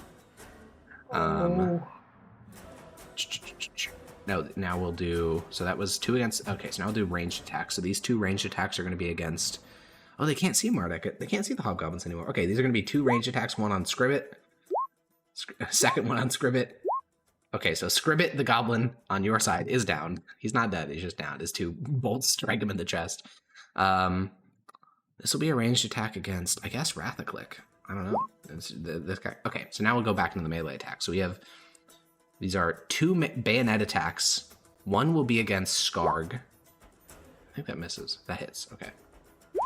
Scrag, the guy who beat the shit out of Tashana and leaped over the wall, is now down. And the other one will attack Varnk, which also hits. Varnk only has 13 HP, so this could be... Nope, he's still up. He gets stabbed in the chest, and he is still up. Oh, I forgot about Varnk's buff. So Tishana takes 3 extra damage when he hit her. Then we have 2 attacks on Karg. Hit, and Karg tumbles down the wall, joining the other bugbears in just a heap of fucking bodies. Okay, that's the entire Southern Battery. Hiss, your bugbear that you are on is the only bugbear that is still standing. I know how to pick them. And you are facing a wall of enemies. And you are currently like 5 feet above the wall because you're on Varnk's shoulders. So mirror image is not concentration, correct? Mirror image. If it doesn't say it's concentration, it's not. Well, sometimes Roll20 does the thing where it does. Oh, does it? Okay, then I will look at mirror image. I don't believe it is, but it certainly could be. I don't know. It is not. It is not. Not concentration. All right. So that's gonna be my action. My Jesus. bonus action. You have like I 3 will. spells that are currently happening, and only one of them is concentration. That's fucking crazy. For my bonus action, I'm gonna move my bitey teeth up to here, and I'm gonna bite what's her face. Tishana, yeah. Kind of looks like Munch is being bored. Oh, In my no. dream. That is miss. God damn it. And then I think that's it. Okay. Do you have any will- method of healing Varnk? Or I guess you already used your action. Well, hopefully he holds on, because if he falls, you're falling too. Okay. Yeah, cool. Let me look at Blam's sheet to see if he has any mass healing. I don't think he does. Oh, he does. Blam will... Oh my god. Step forward, and he's going to use Mass Healing Word. This is his last 3rd level spell slot. 6 creatures gain 8 life. So he's going to heal he's going to heal Karg, he's going to heal Gorn, he's going to heal Munch. He's going to heal fucking Varnk, the Hiss Mount. He's going to heal fucking Vrash, Karsik. And that's 6. Alrighty. Wow. Blam has kind of a crazy healing stat block. He has so many fucking healing spells. Alright, so that's his bonus action, I think, right? Was Map Healing Word a bonus action? It is. Wow, that's fucking wild. So he will step forward and action Cure Wounds on Obrak. So almost every single bugbear is now up again, with the exception of Rosh, who is just like bleeding out on the ground. Damn. I gotta kill that guy. Also, all your goblins act on that turn, so they will sprint the rest of the way to the wall, baby. No pot shots at the. Yeah, shoot the booyah. These ones will. You'll see why they. You'll see why they are when you see these rolls. Okay, so we have 5d20, 6d20, 7, 8, 8d20. 820s. That is 1 hit, which is the natural What? 20. There's 1 hit, which is the natural 20 against her. Because she gets cover, because the goblins are so short, and she is currently behind the parapet, and her AC is what it is. So one of those hits for 2d6 damage. Why do we even have goblins? Just kick them out. Well, kind of, yeah. Some goblins are strong. These ones We are should just farm goblinlings, them which is for the food. worst goblin stat block. I mean, that's kind of what you do. Anyways, Belch the Gross will splint 30 feet towards the wall instead of making a ranged attack. Okay, cool. Blood spores. So Zebit will take his ranged attack against Tishana. This is a +3, and so that hits, and it does 3 extra damage. So she's gonna take 18, and you watch as Tishana, she begins to drop, and then she's gonna use one of her bonus actions. So I believe, let me go find the thing. I think she has to inflict Use a a certain bonus amount of... action when you're dead. Sorry, reaction. when a creature the blood shaman can see within 60 feet, in this case it's herself, is reduced to 0 hit points, the shaman chooses a living ally. That ally takes 2d6 necrotic damage, and the fallen creature drops to 1 HP instead. So she's gonna deal 9 to one of the hobgoblins next to her, as life is drained from them in exchange for bringing her back to 1. Yapper.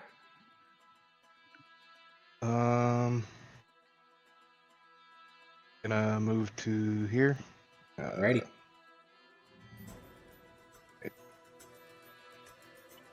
Keep selecting the wrong thing. We did have them take damage from spirit guardians, right? We did. Or is that Yeah. different? Okay. We did. That's why they're all bloodied. Mm-hmm. I'm gonna take a If shot. you win this, at- it's going to be because of Hiss. Hiss did so much fucking... I mean, Hiss and Blam. Oh, yeah. Hiss did so much damage, and Blam has brought Yeah. down the bugbears like 3 times. Yeah. They're the goats. The goats. That's why we have a council. Yeah. 21. 21. It hits her, for sure. She hasn't had her turn since she last did that.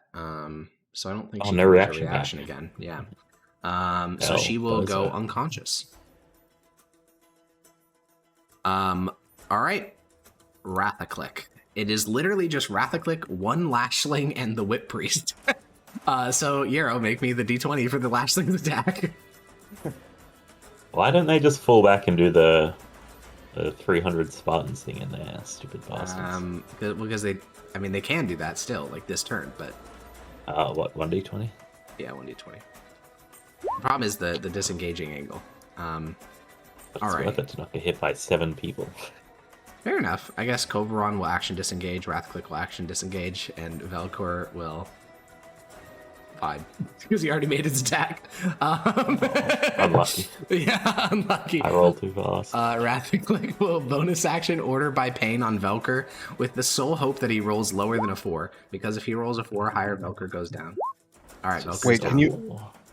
can you move them 1 step back so they only can be attacked through 3? Sure. Yeah, I mean they they action disengage, so they can move 30 feet. Xander. Sorry, excuse me. Orange juice. Okay, so they action disengage. Yeah, and Velcor is unconscious and he is super fucked. Okay, cool. So now the enemy bugbears react. All of them are in the blood haze. Again, battlefields like this that are covered with like lots of wounded and dying are just like dreams. Just dreams for bugbears. Should be an advantage attacks against Velcor. A second attack against Velcor. That hits Velcor. No, that misses, even with advantage. Okay, this bugbear will like on all 4s bound towards Velcor, slam an axe into his chest. Velcor is now dead. This super fucking bloodied fella will step forward and swing at Kovaron. That's a miss, even with advantage. And now the enemy hobgoblins.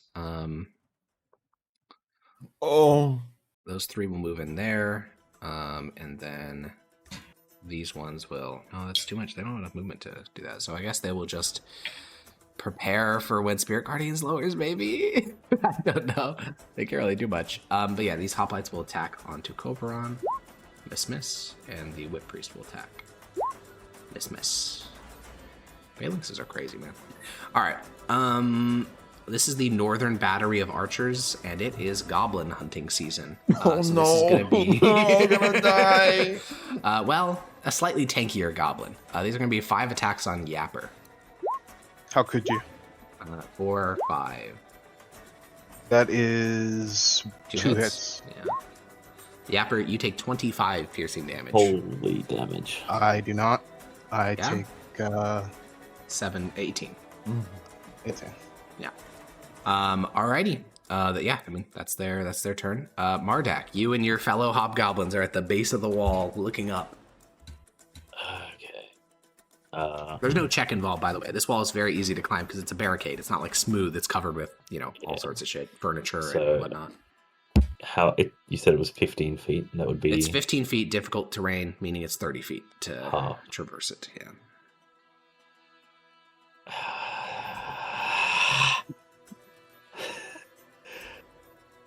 That is like man. seething in a sound effect. 20 feet compared to 30 feet is so bad. You do not understand until you have to deal with this. Oh my god.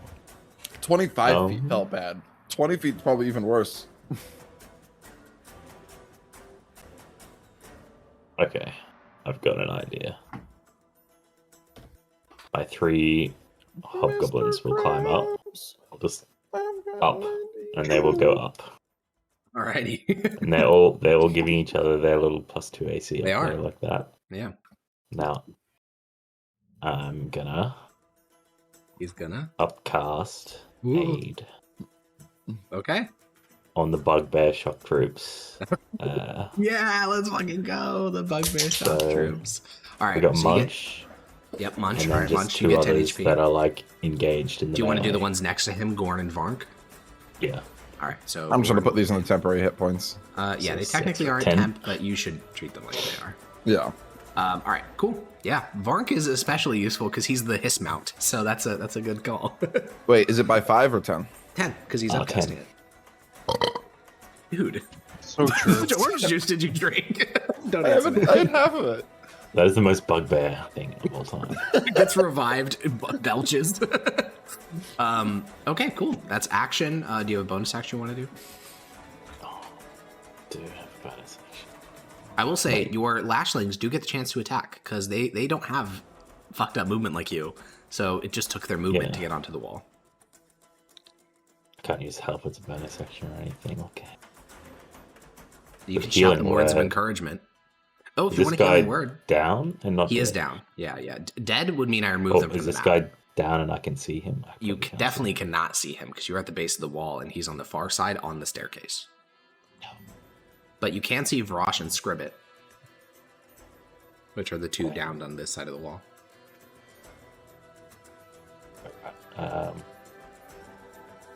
Wait, who? Who is? Vrosh is the bugbear, Scribbit is the goblin. The goblin is Oh, okay. way back here, and then Vrosh That is... bugbear's gonna get up. They are more useful for sure, especially now that there's so many injured people. They are. All right, he's every single bugbear is standing once again. The turns are tabling now. The turns are tabling. Turns out that just having like 2 extra booyogs literally turned the entire tide of the engagement. It's still not a lot. no, but just 2 booyog. Like if they had 1 other booyog, oh no. Okay. Yeah, she's gonna roll a death save.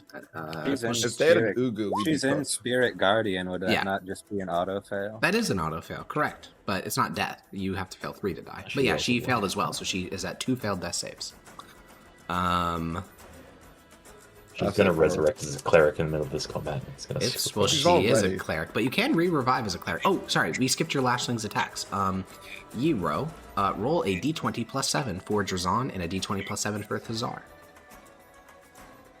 Wait, don't they have whips? Isn't that a 10-foot It is. range, so they can all attack? Oh, yeah, true. Yeah, but the Rakthak is a plus 4, not a plus 7.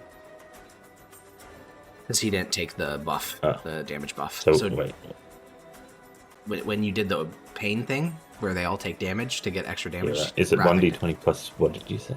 7. 7. Yeah, 7 for two 7s, 2 plus 7s, 2 d20 plus 7s, and then 1 d20 plus 4. 21. Oh my god. Natural 1.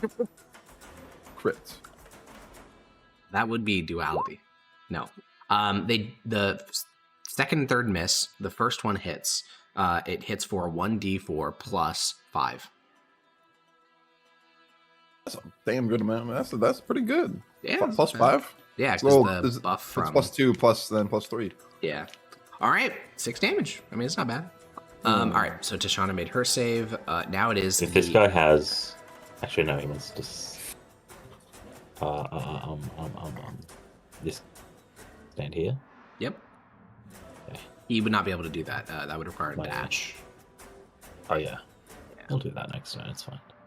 Well, these goblins, their entire purpose in this defense is serving as a reaction force, and they finally get the chance to do that. So they will charge at. They will charge at your fellas. The torch down here will throw a fire pot up at one of your boys. It will hit him, and the top one, the Tsar is on fire. 2, the top of the barricade is also on fire. I so thought their AC was 18. Oh, you're right, because he's in. You're right. I forgot to factor in the Information. phalanx bonus. That does not hit. Yeah, the spears. This will be a pike. Oh, these guys should be in the back because they have pikes. So Always Alex trying to get one over us. Surely it's not that I just make really tactically complicated fights and forget some mechanics of the Surely fight. it's not. We're playing an entire war game of 5e mechanics. No, it's actually planned. It's all planned. All right, all these pikemen miss. Now these melee guys are going to make dagger attacks. They only get one each. The phalanx hold. The phalanx hold. The phalanx holds. Holy shit, that's crazy. All right. It is the bugbear turn. Absolute cinema.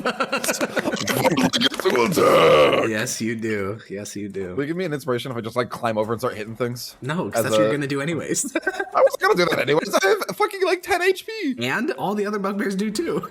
You That's okay? what they're But, gonna do. but I want handouts. No. Yeah, we're all climbing up on the wall and start battering around. Yeah, now it does. So here's the interesting thing: the wall's 15 feet. It takes you 15 feet to climb it, so you're going to remain in your current tile. It's just you're at the top of the wall where Varnk is, so you can still make melee attacks and stuff, but you're not actually in the tile of the wall. Well, I have 30 feet of movement, so I can. Correct. So it takes 15 feet to climb to the top, because it's difficult terrain. Oh, yeah. Okay, Yeah. same terrain, and then I'll climb. Yeah. to So the you top. and Varnk Okay. are both like you're like mounted on the wall, like gripping onto the parapet, swinging at the enemies from there. All right. Advantaged attack against this one. Why do you get advantage? I think right. Oh, it's when I. Anders. Man, You are a little bit different than the other bugbears. I'm weaker. Not All right, weaker, I'll 'cause swing they at also this get one. advantage on attacks against them. And maul attack. There's no reason for advantage, so 14 will miss. You swing your maul and it whooshes through the air. All Oh, right, yeah, extra fire attack. shot. Attack again.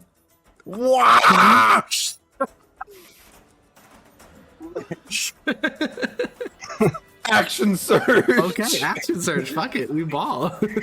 Whoosh. Oh, that hit. Hey, You crack into the chest of the iron shot. That knocks them unconscious and throws them off the wall. They just splat against the ground. And then I'll kill the. This is on disadvantage because I'm killing the priest. Oh, advantage, not Yeah. disadvantage. Okay, that. Oh my god! Describe what Munch does. What Munch does is Munch, climbing up the wall with one hand, swings the maul two ways, killing the other one, and then takes the butt of the maul and just pokes a hole through her head, and then holds her body up like a skewer. Alrighty, now Xander, I need you to roll a D100. Uh-oh. You hold up her body, and she does not move. And the tribe all looks, and that is good. I haven't really brought this up because I didn't think you'd done anything to warn it yet, but that is going to indeed trigger a death saving throw. Sorry, a morale saving throw. I was thinking about her for a second. Morale saving throw for everyone here. So the modifiers I have written. Yeah? Can I have disadvantage because I have 2 horrible scars? Probably actually 5 if we consider the 3 times I went down. Sure. So the way this is going to work is it's a persuasion check that was going to be rolled by Tashana. She is dead. So this roll is still her modifier, but it's at disadvantage. Additionally, you get advantage because 1, you're the one that killed her. 2, and this is important, you're the big one of your tribe. Now, obviously your tribe doesn't recognize that, but to them, they thought you were the big one. That's why they shot you with like 6 different arrows. That was when they first saw you. And I was now you've- revived twice. Exactly, yeah. And also you're covered in all these scars and stuff, so they have a disadvantage. Now I think your intimidation is not that good, to be fair. But, It is not that good, but I do have advantage. Yes, so yeah, you have advantage and they have disadvantage. They do have a +6. Now this is going to say a number, ignore it. It's going to be the lower number, so don't roll it yet. 10. Wait, you have to get a beat a 10. does Munch have aid? Does aid count toward this? No, age I just do have... Yeah, I do have aid, but that's not help. All right, are we ready for this, folks? 10 You can or do it. higher. Okay. 13! What does Munch say as you hold up Tashana's broken body? Munch is screaming. Munch, go! Munch hungry! Okay. Yeah, that's a pretty effective speech. As far as bugbears go. Munch in the blood rage. This is peak blood rage. I'm not going to be coherent. Yeah, no, absolutely. Let's get a final Spirit Guardians. Coming right up. Doc. No, this whole time I'm like holding her body up and swinging around like a skewer on the butt of this model. Yeah, bugbears are terrible. Just bugbears sounds like a class of people. Like they're all just just sleeping all the time, and then when they activate, oh my god, they're like missiles. Okay. So yeah, seeing the sight of their booyog being thrown around like a rag doll, and the fact that while your diverting force suffered horrendous casualties, your main assault though, it's funny. The plan was for your main assault to be the distraction. It's actually the flanking force that was the distraction, and they got butchered. But the main assault actually went great. So I think that will be enough for them to break for now. The iron shots will begin to withdraw. So they can move. They're just going to hop off the wall. Just take the fall damage. It's worth it. Yeah, and they'll dash 60. Same for the rest of the fellas. They'll just... Did they disengage? No. So there's going to be some opportunity attacks. They Yeah. take the full 12 already. They did take the full 12, yeah. So this one gets downed as he's trying to run away. The rest will flee. And then... Yeah. Hiss, it is your turn.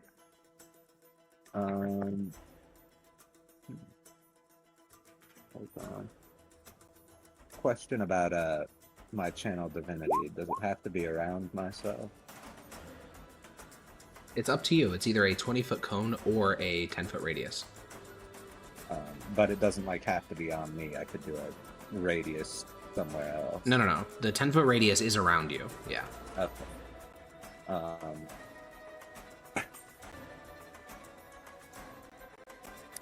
I guess I'll finally get off my. Hold on, sorry. On the wall. Do this. I will say, you can largely tell that this force is breaking, so any resources you use here... Okay. Is there any that's not breaking from what I can tell? No. The hobgoblins on the wall seem to have been the most elite of the force, which makes sense, because you really only knocked out 2 of them. So it seems like once they broke, everyone else is like... Except for the bugbears, sorry. The bugbears are not leaving. The enemy bugbears are going to fight until they're dead. The rest of them are withdrawing, though. Well, I will... target the bugbears, and can I move my teeth to here? I believe you can move it 20 feet. As part of the... But it's 15 feet in the air right now, so you can move it there, but it won't be able to attack, because it needs to lower 15 feet as well. I'll move it there. We don't use the Pythagorean thing, so diagonal movement, even vertical, is not counted. Actually, we don't use Pythagorean, but diagonal is not treated because you just legally cannot move diagonally, because that's the simple way to do it. Diagonals don't exist. I Oh, will toll the dead that bugbear. I think I can do. Yeah. Sure. There is a bloodied bugbear if you want to do that, because I think you're told the dead does more damage to people who have already lost health. Yeah. That was what I wanted to do. Dolorous. Dong. Bing, bong, bing, dead. That is an unconscious bugbear. Great. That's it. Blam never got the chance to use his buff from Mardak, so he will start sprinting across the battlefield over towards Scribbit. And yeah, he'll do medicine checks later. Zebit will, I don't know, just start running towards the wall. Yapper. Just moving. Moving.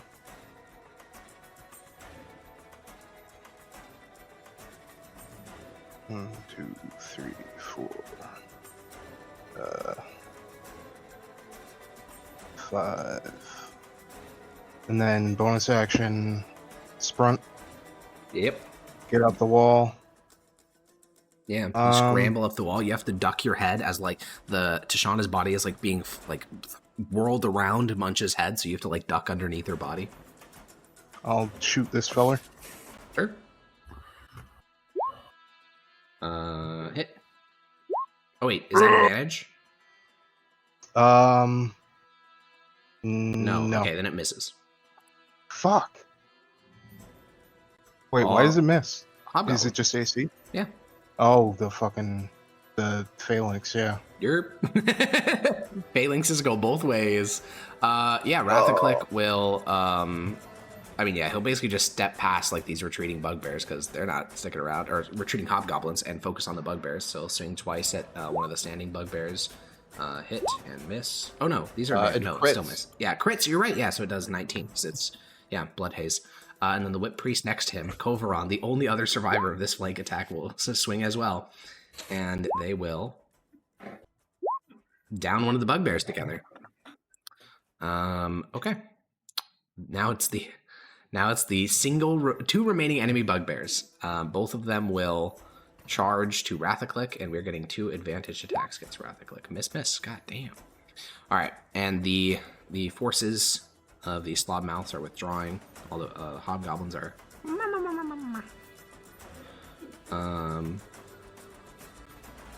Alrighty. Yep. And now the Northern Battery is acting. They're also going to withdraw. And then Mardak, it is your turn. I will use my action to dash and climb the wall. Aram. Yeah, you finally get over the wall. Like, you still hear fighting, and you see that the entire enemy tribe is like in retreat, and you just see like flecks of blood are hitting your left cheek, and you look over and you just see Munch swirling the body of the enemy Boyog. Nice. Aram. You also see Rathaclick and Kovaron surrounded by half a dozen dead hobgoblins. Like, you can see that you are some of the only hobgoblins left in your tribe. That is a friendly, yeah. Yeah, I'll healing word him up. Back on your Yippee! feet. Every single bugbear is now standing. Yippee! Yippee! Yippee! Do I get that too? It's a healing word. Oh no! So. Yeah, so Oh, okay. Single target. an action, I guess. I can Sacred Flame. Wait, can I? Oh yeah, can. Sacred Flame. Is this on one of the standing bugbears? Yeah. That's a fail, so 12 radiant damage. Whoa. Alrighty. Yeah, now it's the enemy goblins. They're all gonna Giga withdraw. That's a 90-foot. Opportunity? Bro, the lashlings are not taking opportunity attacks when there's actual enemies that are fighting, and it's not the goblins. The 2 surviving goblins also fail death saves automatically because they're within radius of the thing. So yeah, they're both dead. So these fellas are dead. Alrighty. Bing, bing, bing, bing. Yeah, and then Munch, it's your turn. Is this a valid path? That is a or valid no? path, yeah. Because you're only So moving through diagonals friendlies or do corpses. exist. Well, on ground they do, not in air. Oh, okay, that's what we're doing. Anyway, I'm gonna make 2 attack. I'm gonna make an attack against this. Yeah, because you have bugbear. reach. Just like all bugbear. 20. Yeah, that hits. You crack him in the back, and he's still up. He's still up. My goat. Is he bloodied? He is bloodied. He is bloodied. That means advantage on this It one. does mean advantage, which you already had because he was in blood rage Oh. or blood haze. I will yeah, that's reroll that enough. damage with my great. Oh, okay. Roll it. Yeah, that's also enough. you crack him across the back twice, and he drops. Yeah, and I'm just gonna No, remove. the head of the Booyog is still impaled on the back of my maul. Jesus Christ! All right, the green. Yeah, these 2 iron shots are dead, so I will just remove them. And yeah, I mean this whole force is in big retreat. Yeah, Blam is just gonna bring up Scribbit with another spell slot, though he's running very fucking low. We skipped a bunch, didn't we? Who? Yeah, after Munch went, his guy's supposed to go. Oh, yeah, I mean, sure. That's true. That's and true. then me. Where did I skip you? Oh, you're right. I don't even know how I skipped you. That's crazy. Yeah, I don't even know what happened there. Yeah, the Wound Leaper, I think, would have used its reaction when Munch downed the guy to run over here. And now that he's already over here, he will just bonus action dash over here and then advantage swing at this one. He's a very nimble little guy. So he does 13 because that bugbear is not bloodied. And then the rest of the bugbears will just like fling themselves over the wall and just start sprinting full speed towards a singular living person. Like fucking 28 days later. They're just like, just so fucking hungry. Spirit Guardians. Spirit Guardians. Oh yeah, true, because you get carried into range. That's so fucked, dude. You're not even moving. You're like just on a fucking bugbear howdah. Yeah, I mean that does trigger for sure. With a lot of damage. Let's save. Yeah, that is 16 damage. He is bloodied, which means no, yeah, because the order. Okay, cool. Now it's Hiss's turn. There's only one enemy bugbear still standing. Get him. I'm gonna get off my mount and go in for the physical kill. Alrighty. The bite. The bite. The bite, I will two-handed spear. That hits because it's advantage. Nice. He's in blood haze. That. Yeah, And you then I'll- spear it through the stomach. That's on pitch. And you, after you finish spearing him through the stomach, you kind of crawl to his like the bugbear is not dead. Like his eyes are still open. He's like trying to spin around and attack everyone around him at once. And you just kind of crawl up onto his chest and just sink your teeth slowly into his throat. Yeah, deal 40 damage.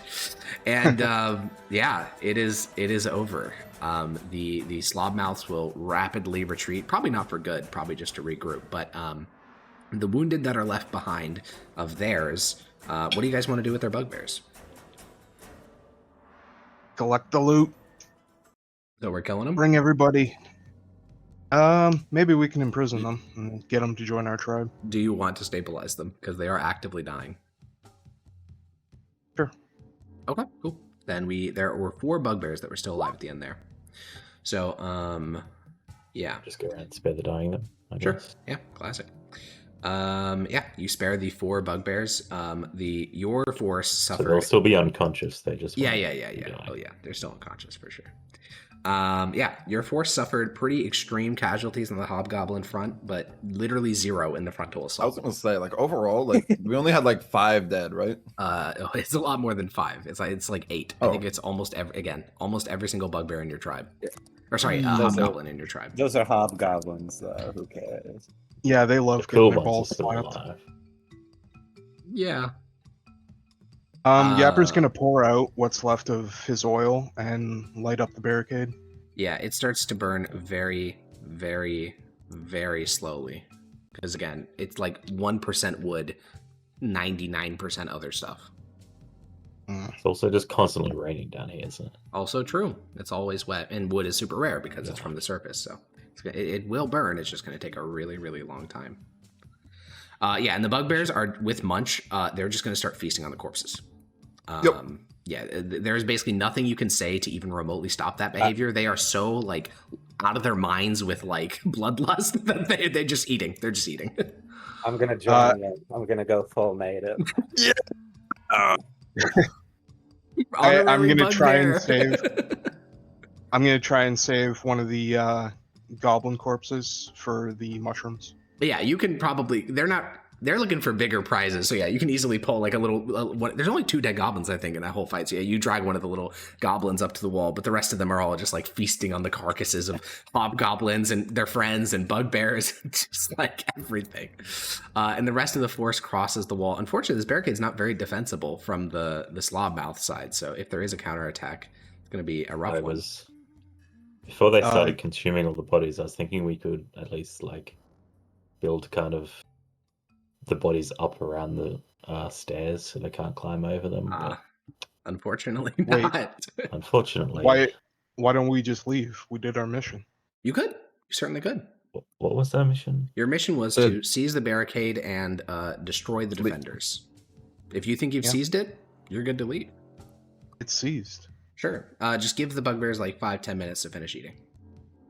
Well, eat on the ways, you fat fucks. Come on. No. I mean, if you want to go down and tell the bugbears that, you can, but there is like a pile of 10 blood-soaked bugbears just feasting on carcasses, and none of them are even looking at you. Oh. Yeah, you see arms being like shredded, and like Obrak and Munch are like sharing an arm together. Hiss is like getting little fingers because that's all he can really fit in his mouth. Yeah, Rathaclick. I'm gonna sneak a heart. Okay, you sneak on. Rathaclick will walk up the stairs to you, Mardak, and say, well, we carried the day in the end. We only But the reserve force. lost 8.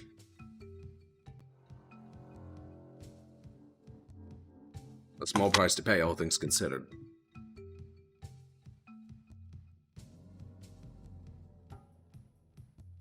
It could have been worse.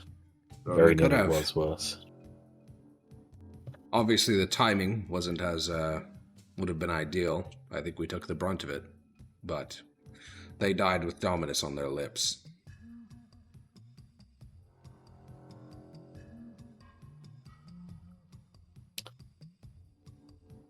Yeah. Well, the goblins of your tribe will begin to loot from the remains, as there is a fair amount to loot. And the hobgoblins, I guess Rathaclick. I mean, there's really not many now. It's just Rathaclick, your followers, and the Kovron, the Whip Priest. What are you doing, Mardak? Well, I guess Zevit's also a hobgoblin. But yeah, what are you guys doing as the goblins are looting, the bugbears are eating? We should be on lookout because they could come back at any time. And we want to know if they're doing that. Rathaclick will nod. I think we should also perhaps make something easier to climb. Obviously, the bugbears were okay with falling off the barricade, but some of the goblins would want to drop 15 feet. Maybe try to make a ladder or something, so it's easier to climb back down.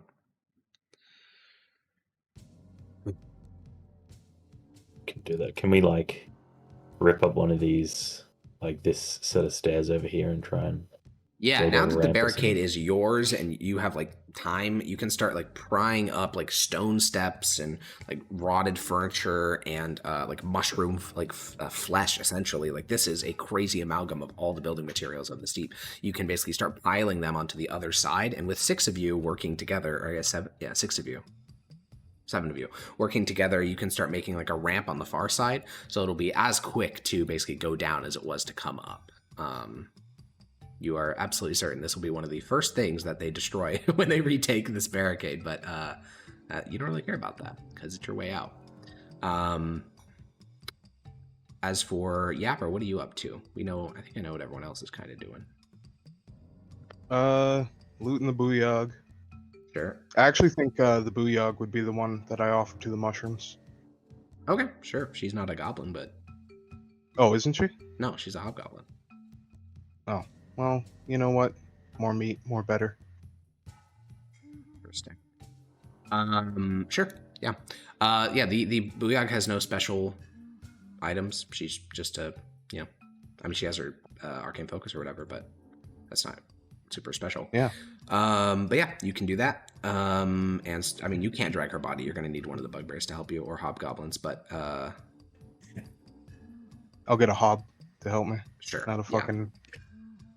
One of the feasting bugbears. Yeah. I think Rathaclick, after they finish making this earthen ramp to retreat back down, he will help you drag it to the top of the barricade. And Xander, roll me like a D20. Just roll me a flat D20. You got it. So the bugbears have been feasting for like 10 minutes now, and the barricade is done. Like all the looting is done. All the goblins have like gone to the far side of the barricade now because like there's not much else to be done. Blam has been going from body to body, like make sure everyone's all right. So the only people that are left are the bugbears, and they're not anywhere near finished eating. Like there is so much food here, and they are so fucking hungry that they don't look like they're anywhere near stopping. I think Awesome. Rathaclick, Mardak, and Yapper, like the 3 of you, you finish transporting the Booyog's body. All the goblins and hobgoblins are ready to go, and Rathaclick will look at Mardak and Yapper and say, "We need to leave. We can't let them keep wallowing in blood and filth." Right. Hey, boys! I smack one on the back. Karsic Get a to-go bag. Karsic will turn around and bugbears normally have these very like placid, kind of empty faces, which would be like, okay, sure, whatever. The face that turns to you, the lips are like pulled back to reveal a bloody maw filled with bits of broken bone and flesh. His eyes are super wide and they are bloodshot. And he looks at you and just growls like a feral animal and returns to eating. Pick it up and move. Roll an intimidation check with disadvantage. I help. You can help, Intimidation so it'd check. be neutral. Okay. Where's my skills? Yeah, he doesn't even remotely turn around. He continues to devour. Alright, I'll go over to Munch.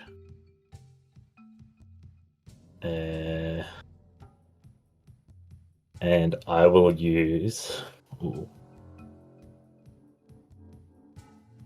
I'll use a command as a spell and just tell him to stop. Okay. Was that wisdom saving save? throw? Yeah. What's the save DC? Fails. All Yeah, right. bigger than that. 14. Munch, the world around you didn't exist. The only world that existed was the blood and bodies in front of you. You're a bugbear, just like the rest of them. You are not immune to the effects of the glory of what this battle just was. And then instantly, all that bloodlust, all that excitement, all that devouring ends, and you find yourself not eating anymore. While I've got his attention, say, get your bugbears together, break off a limb or something, and we're going back. Can't survive another attack here.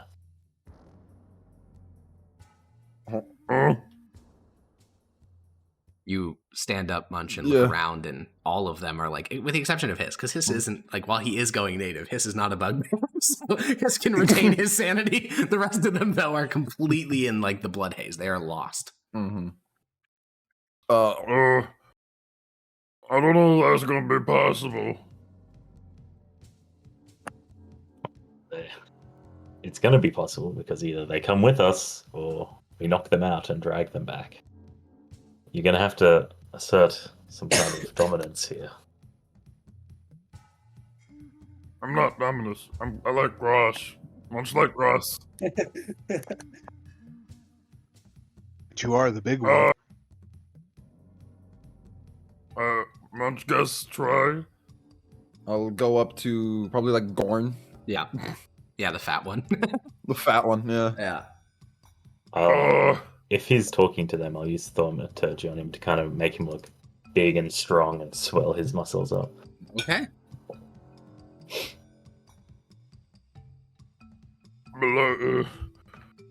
What Munch say? Tapping his fingers together awkwardly. Like literally, like interrupting feeding time. 1 minute ago, you saw him like flailing a body around his head, and now he's like, "Oh, guys, I don't know what to do." Tell him to take the food home. Guard, we must go. Take food with us.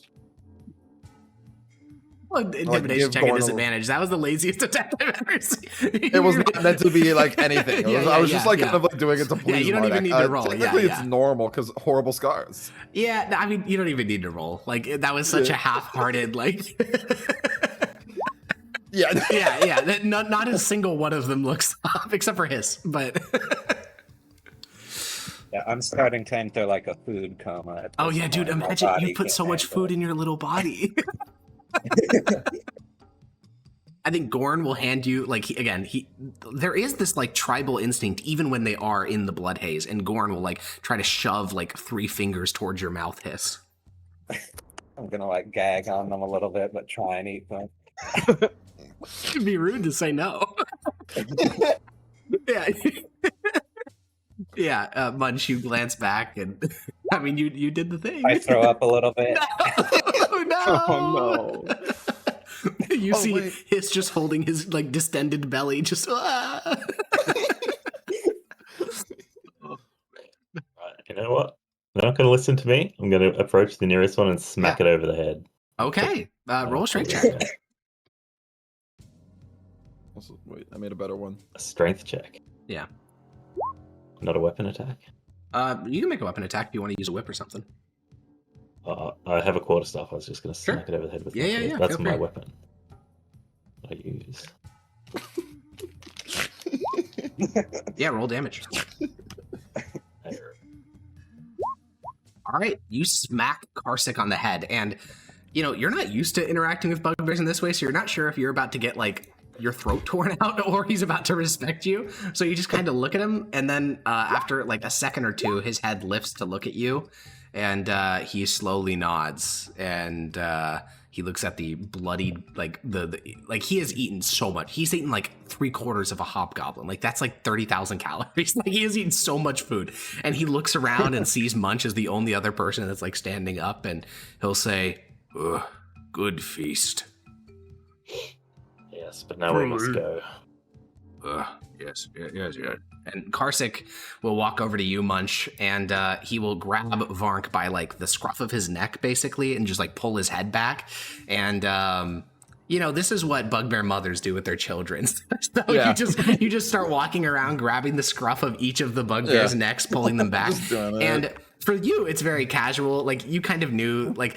Mardak was like, tell them to move. You knew that would never work. Talking to them is not going to work in this state. That's just, but grabbing their neck is able to pull them out of it. But for Mardak and Yapper, you watch as it's like their physiology is so freaky. They grab the scruff of the neck, pull them back, and you watch as the bloodshotness around their eyes completely fades. And you see this like almost like this gleam of intelligence return to their eyes.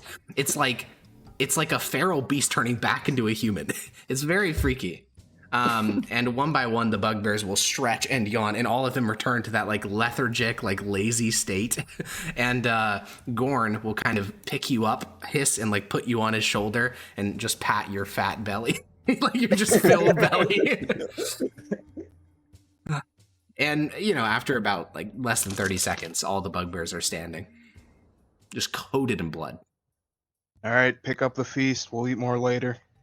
Yeah, they're so full that each of them lifts like, I don't know, just like an arm maybe, if that. Like they're so tired and lazy and full with food. And what about the 4 captured bugbears? How are you transporting them? Because they are all unconscious. Munch got it. Yeah, Munch, one of your rare qualities as a bugbear is that you're able to overcome the inherent lethargy that comes for most of your people. So even as the others are like half dragging themselves across the battlefield, you walk over and you kind of sigh as you pull a captured bugbear onto your back. Oh. Yeah. The hobgoblins will have to transfer the rest. Those bugbears cannot be convinced to do any work right now. That's just impossible. So the image we have is we have like 20 goblins essentially unharmed completely moving in front of you guys and in the back. Then we have the bugbear contingent, with the exception of Munch, just utterly exhausted, just like, I don't want to walk. And then we have the hobgoblins doing basically all the work, carrying the bodies, carrying Tashana's head, like carrying the captured people. All of them are just like grinning. And you, yes, you too as well. Munch is there with the hobgoblins. And the whole council is essentially in the hobgoblin section as well, because Blam will fall back.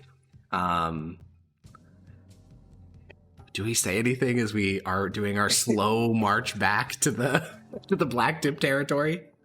Question: D8 plus D12, is the lingering injuries the same one that we have for the one in the campaign specific rules? Yeah. Thing? Yeah. Okay, so I have 2 broken ribs. Makes sense. You got shot by like 8 arrows. Yeah, I mean, every single one of the bugbears has some type of lingering injury because of that fight. Every single one of them went down at least once. So you guys are just walking, and I think that as you are working your way through like a narrow alleyway, just this like hobgoblin contingent with plus Munch and the goblins, like the leader goblins, Rathaclick will glance around and say, "That was rough." Munch want nap. He'll glance at Mardak. Dealing with their kind is exceedingly annoying. You're kind of annoying too. Body hurt.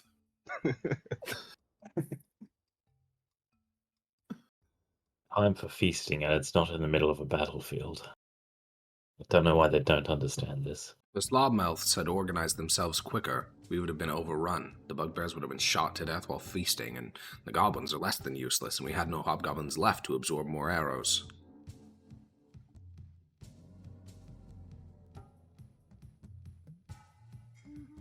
Do you think the black tips will view us as weak enough to absorb? Well, that's their plan, eventually. Why does it need to be eventually? Clearly. Look at us now. Every single member of our tribe that's even a half-decent fighter is injured.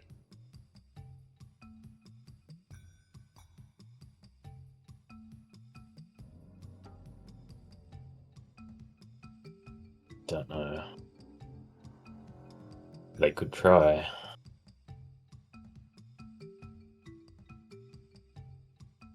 He'll glance at Yapper.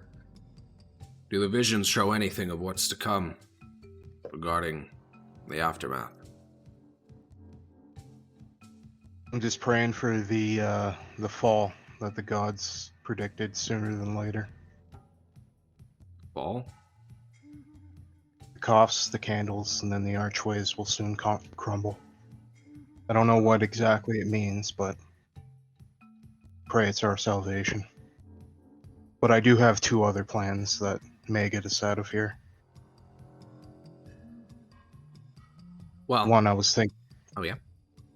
One I was thinking of sneaking into the golem zone with that controller we found. See if anything corresponds to that. And 2, I was thinking about sending someone to talk to a merchant, see if they can smuggle us out of here. We'll not have much time. Perhaps tonight, before the black tips send us out again. Yeah. I was thinking I could do the sneaking, maybe Mardak. You try to find a merchant to negotiate with.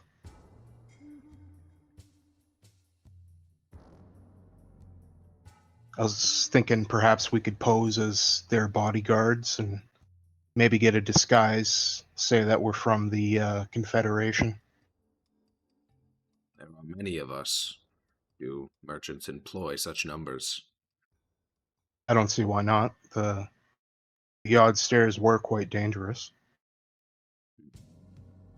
And there was patrols, or caravans, up and down the tunnels before we Might left. need to pass the goblins and maybe the goblins off as slaves. And the women and children as well. That's why I'm thinking disguises. They'll all be armed with short bows, so it'll be a plausible story. I do not think any warrior of any renown would look at one of our goblins and say they qualify as a warrior because they hold a bow.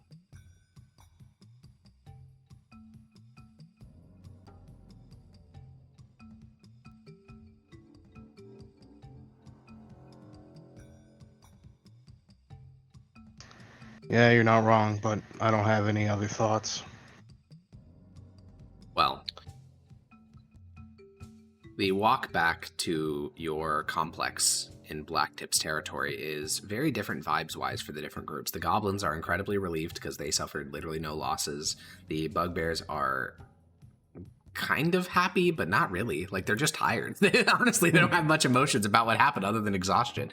And anyone with like kind of a brain, I don't know how else to say that, but like all the hobgoblins, Rathaclick, Munch, I think anyone that's like thinking this through is like, oh fuck, like we won this, but that doesn't really help us at all because we overall are down. Even if we get all 4 of those bugbears, we lost a total of 8 hobgoblins in that fighting. So you guys return to the complex. The women and children come out to see who have died. Luckily for you, there weren't many hobgoblin like children really. So they only have like 3. So no parents were lost. Only fighters. Of course, the hobgoblins are incels. Are the what? Are Of course, the hobgoblins are incels. But yeah, the bugbears, they just kind of like, because there's a lot of bugbear kids in your tribe, weirdly enough. It's like half your tribe almost, or a quarter of your tribe. And so the bugbears will all just kind of walk over into a pile and just like collapse onto each other, and this huge cuddle puddle of bugbear adults and children form into like a pyramid of fur. And as you know, the goblins will start to tend to the captured bugbears, and I think that the council, the 5 of you or 6 of you, can head to the first floor and sit down. You know, eat some proper mushroom food, get some mushroom tea for each of you, and have a moment to think about what is next. Munch, the immense post-battle lethargy is starting to kind of fade now that you're moving on. It's like a food coma, you know. It's just like a sugar crash. Like you're exhausted for a while, but then you slowly start to get back into it. The rest of the bugbears just fell asleep, but you had the willpower to stick through it. But yeah, the Don't council's want nap, but responsibilities. But yeah, the council is all sitting around each other. What now?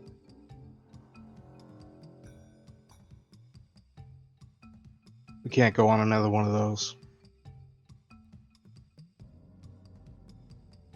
Like I said before to Wrath Click, I've got 2 plans. One, the golem one, is definitely a Hail Mary. 2, the merchant one. I don't know about that either. It come down to negotiations and a lot of hope, but it is what it is. If it comes to it, and we have this red metal armor shield and a spear we can trade, does us no good if we die. Yeah, but I would be more interested in trading the lower class metals like the bronze or the steel, or worst comes to worst, trade some red metal medallions. But ideally, I wouldn't want whoever we're negotiating to even know that we have those, because that's a huge bargaining chip. They'll see that we're desperate, and they'll want to take that as much as they can.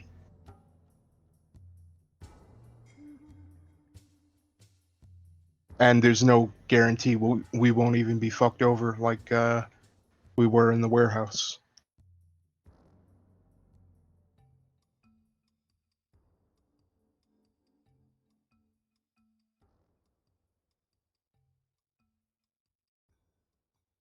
Uh, I think that is the Munch. general reaction.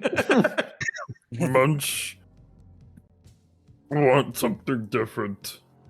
Do this again. Bad. Munch say, take chance sooner rather than later.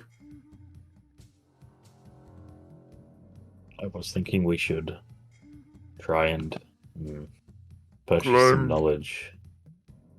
We Oh. have some kind of directions from your dream vision, right? Maybe one of the merchants, if they hear these, could point us which way might be referring to. Well, you also Up, have down, the around, up. That's what I remember. yeah, up, down, around, up, then paradise. You also have access to that augury, the thing you did with the bones. I had to prepare. Oh wait, that might have not It's consumed. ritual, so you don't need to prepare it. No, I had to prepare some specific Oh, sure. materials. Oh wait, how does it work? If it says consumed on use, if it consumes it, right? Yeah. So Yeah. I If should it just doesn't be say able to consumed, cast you that just now. have it. Yeah. Okay, yeah, I can do that again. I'm thinking, ask if the yod will lead us on our divine path. Ask if the pitch will lead us on our divine path, and that'll kind of determine whether or not we should look for a merchant here or in or to take us to Hook Rat territory. Unfortunately, that is And, not how the augury spell works. It would have to be more like if we were to travel through the pitched stair, does it, and then we would get like whether it's wheel or woe, like whether it's good, bad, or mixed. Yeah. It has to be like immediate. Like we would have to be intending to go now. If we ascend the Yod stairs, what would the result be? And then good, bad, etc. Even if it's mixed at this stage, Yeah. I think it's better than nothing. Well, it's a direction. Because mixed So could just mean it is our path, but it will be dangerous. True. well, yeah. Let's ask about the pitch and the yod. See what the bones say about both of those. Are we ready to leave though? Because if we're not ready to leave, then that might be taken into consideration.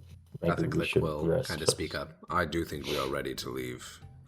The fact remains that we will not survive another assault.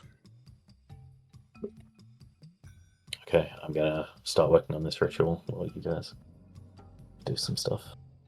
Yeah. We could also ask, will we be able to find a merchant to smuggle us That is to the yod in the Confederation territory? That would work. If we were to look for a merchant, will it be a useful? Will it be a useful use of our time? What does the augury ritual look like for Mardek? So, can't remember how I described it last time. Basically, I have carved a bunch of bones and like little tokens of copper and gold into symbols of the three gods. Mostly Dominus, but all the three gods are there. And then draw a circle, and I cast them out, and depending on where they land in the circle, it will point in some direction that will either feel good, or it will feel bad, or it will feel mixed. Okay. Then Munch, Hiss, the two of you are seated. Hiss, your stomach is killing you. And you watch as, Marduk sets up his little corners. He gets the dice ready. He whispers prayers to each of the Triumvirate. And then all of you watch as he casts out the sticks. Are we doing the Yod Stairs question first? Yeah. Okay. Yeah. Phrase it exactly what you want, Yarrow. Oh, well, actually, should we do the merchant one first? See if we can find a merchant that could. Yeah, Actually, it doesn't matter. matter. No, just will we Oh. be able to find a merchant in the Radaworm? Oh wait, this is not a ritual Confederacy? spell. It is. It is? It says little. Oh, it has is. It a is. little It is. It art just next wasn't to it. listed in the thing. Yeah, no, it is. Yeah. I don't know why it doesn't. Roll list 20. it Just there. ignore it. It's a ritual spell. We should start with whichever the most important is, since it gets progressively more unreliable. So True. let's start with merchant. I didn't hear that. He said you should do the most important one first because it gets progressively more unreliable. If you cast it 2 or more times, there's a cumulative 25% chance each casting that it's just wrong. Oh my god, I didn't even. Yeah. Well, I think we should figure out the path that's best then. So let's ask, is the Yod going to lead us on our divine path?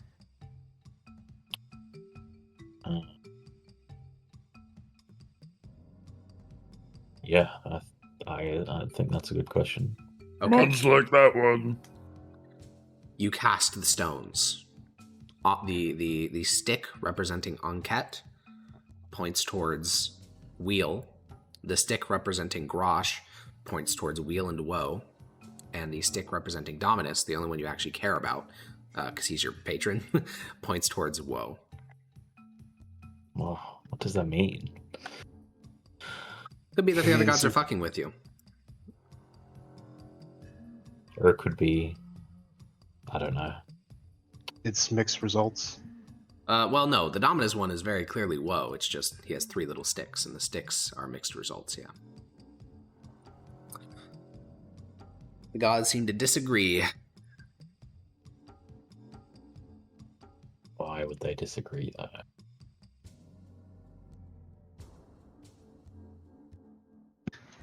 Which ones pointed Anket toward? said Wheel, as in good result. Okay. Dominus said bad result, and Grosh said good and bad.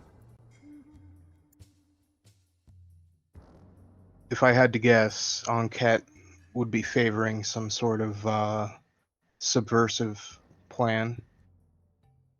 Do we each have think prophecy and become different when go there? Cause worship different god.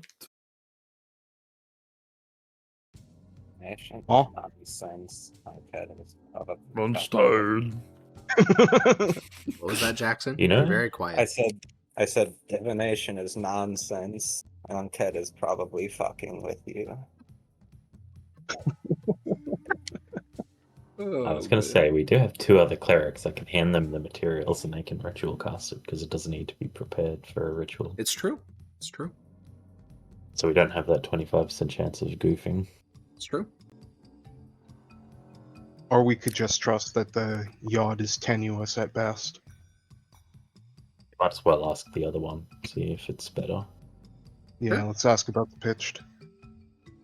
All right, Mardek, you prepare a second ritual for the pitch stairs. Does one of the other clerics want to?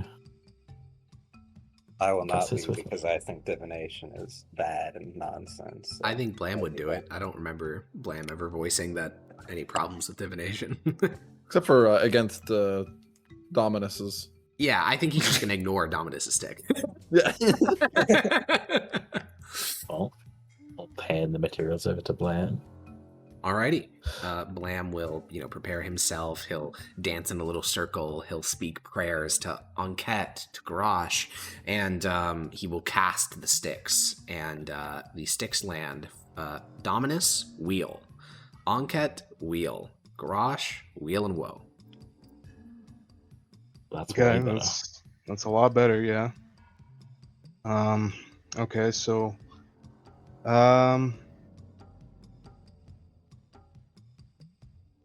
two things I'd be interested in is, one, would we be able to find a merchant that could get us through Hookrat or through the trade deeps to the pitch stairs in Confederacy territory?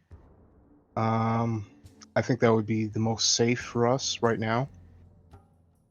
And then maybe ask about a neutral market or This is showing good results if we go now, so don't. It might not be the same if we delay by doing a bunch of other stuff. Our window might be short. how the Think fuck are we rapidly. gonna get to the pitch side? We have to cross like 8 territories to get there. He's right.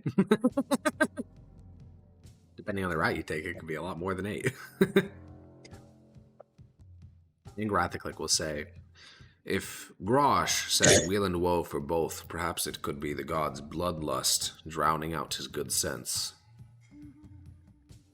Perhaps it is woe because we will not be killed.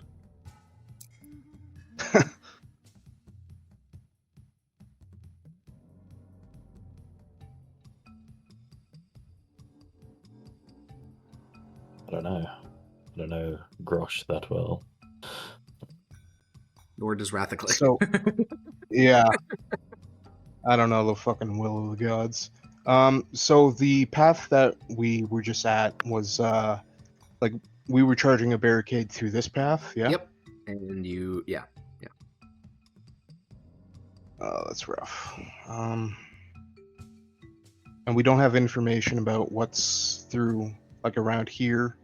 You've Or- heard that the coffers have a number of tribes that are so basically no, you Vanguard don't know tribes? exactly what's there. Yeah, you've heard that the coffers have some Vanguard tribes, that the Goldies have literally dozens of tribes that are indebted to them and pay them interest in the form of offering goblins to be eaten. The only sure piece of information you have is that this area with the abandoned golems is largely empty because those golems are very fucking violent. But if we be sneaky.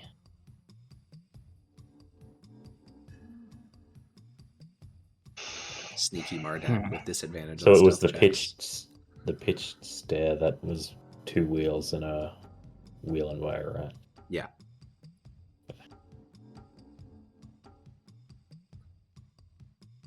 What does Munch think about all of this. Does Munch even favor one of the gods in particular? Grosh. Grosh, okay. Well, then Grosh said the same for both of them, so I guess you don't Yeah, really Grosh care. doesn't give a shit. Or Munch does not give a shit. Kind of more towards, I don't know. Both of them said, like, wheel on the pitch stairs, right? The other Yeah. ones. Yeah. So, I don't know. That seems like better. Yeah, fair enough. Fair enough. I mean, Grosh doesn't really care, so it's fair that you don't really care. It's like, I don't care. I'm just like, I don't know. That one just seems like better if we just look at the numbers. Yeah. That's about the limit of Munch is thinking about it right now. Coughs, candles, and then archways. So if we were, I'm just 100% spitballing off the prophecy here. Coughs, candles, and then is there an archway somewhere around here? Certainly is. There's archways everywhere in the cavern. Is it I might be able the to- pitch stairs that go to the surface past Doom? Yes. The pitch stairs lead to Barricade, yeah. Maybe if we could find a coffer merchant to try and get us through their territory into the matchsticks, and then I do want to take a look around here, see if any of the golems respond to this. Then maybe get into the neutral market, and then see what we can do with the hook rats. This is all based off the prophecy, though. I think it's better than nothing. Currently, we have nothing. Okay. How about ask the gods if Yapper's path that he just laid out would lead us to the pitched. Now, this would be really good if Piss would just cooperate, cast the damn spell. Unfortunately, he will not.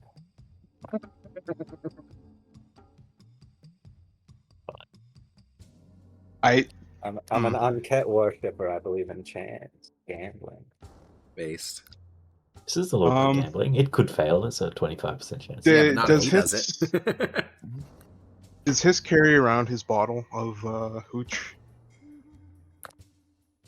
Oh, my drugs bottle. Yeah. Eric's, did I drink it all last time? No, I think he had a little bit left. Then Just a little bit. I've got it. I'm gonna try to sneak it. What's your passive perception hits? Hold on. 14. That's close enough that I'll let you roll an active perception check, I think. Oof. You managed to pocket it, Yapper. There's about 6 drops of liquid still in there. Okay, so Yapper has the bottle suddenly, and he holds it over his head. Hiss, you son of a bitch, do the goddamn ritual or I'll smash it. I can buy more, you moron. I'll smash it over your head. Do the ritual. Okay. I'm gonna get up and I'll take the ritual materials. And then I'm just gonna fuck around and not do the ritual. Yeah, just lazily throw them on the ground. They just kind of roll or whatever. Yeah, I mean, yeah, you lazily throw the sticks. Do they land in a way that would No, they don't indicate? point at anything because they're not guided by divine guidance. They're just randomly fucking hitting the ground. I fucking I'll throw it out redo the it window. myself. You'll just get lucky. You just threw you threw Mardak's prized possessions out the window. Oh, you mean the bottle? No, not Murdoch. Okay, The bottle. Okay, I was like, what the fuck? All right, you throw the Damat out the window. This is I'll not the remember time for that. fighting. Come on, we have limited time to act. Recast. You lift up the sticks from the ground. Asking if Yapper's path was a good one. All right. It's interesting. So you throw the 3 sticks. The first one to land is Dominus's. Instantly. Wheel and woe. Anket's kind of spins on its head. And it keeps spinning on its head. and it keeps spinning on its head. And Grosh's lands on Wheel and Woe, and Anket's keeps spinning and spinning and spinning, and it starts to slow, and it starts to wobble very aggressively, and it continues to spin, and it comes to a stop, perfectly pointing upright. Wheel and Woe. To mess with his cleric. Just give Hiss the evil eye. I think Rathaclick will look at you and nod. Hiss. He's a very religious person, and he's like, yeah, you just roughed up his cleric. Of course he's going to just refuse to participate. That makes sense to him. He'll give you a nod. Well, I don't have any better ideas. If anyone does, now's the time. If Dominus says there is hardship, that does not mean he is discouraging us from the path. Pain is accepted. I agree.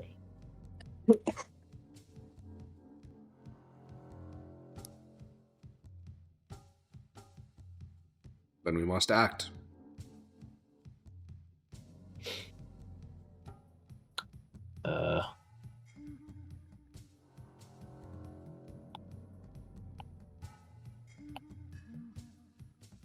Right, well, I don't hear anyone saying anything else.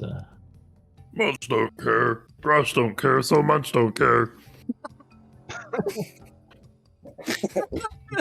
The temperament of the bugbear and the Grosh is truly one and the same. The perfect overlap of god and species.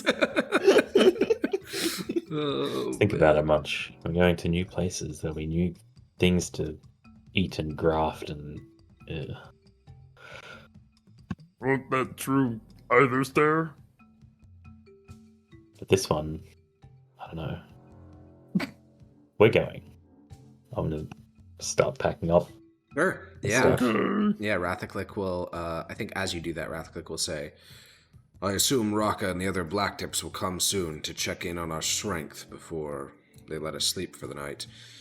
Do we want to order the rest of the tribe to pack? It may be obvious. Munch wants to sleep. But Munch know that may not good idea. You cannot get a full night's sleep. You'll be sleeping for half a spore cycle. That sounds lovely.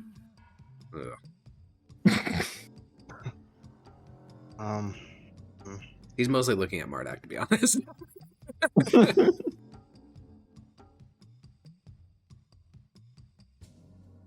Are we intending on leaving immediately? If not, I think we should delay the packing of the tribe.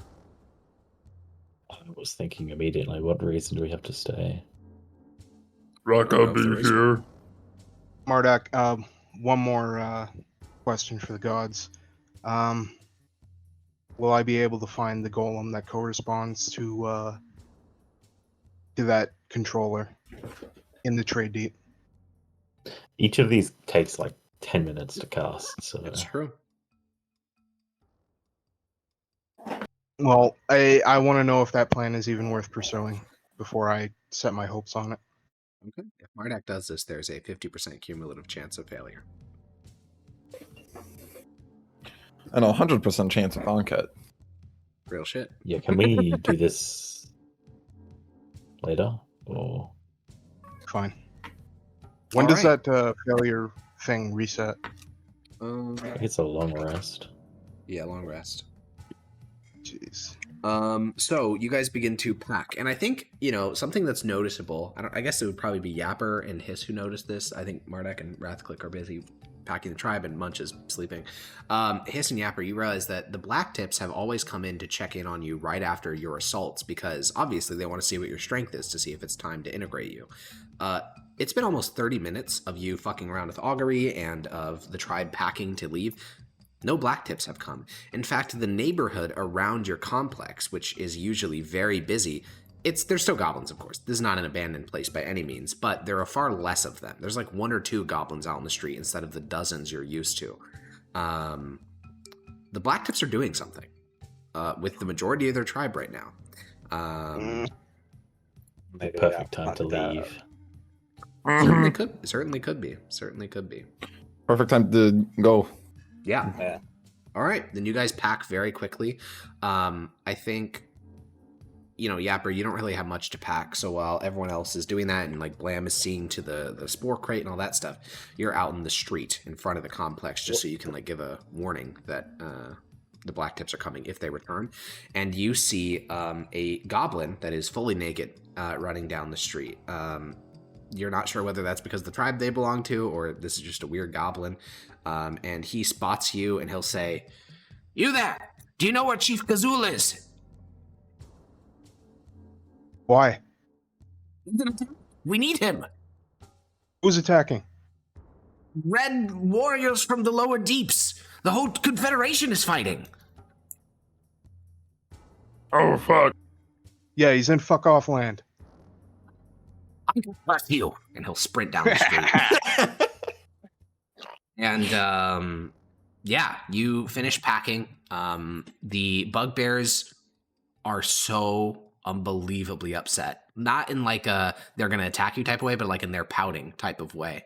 They're just like, I don't want to go. Fuck, man, don't take me. But I'm eventually, so tired. yeah. But eventually, through honestly, Rathaclick will start whipping some of them. He has basically zero patience for them at this point.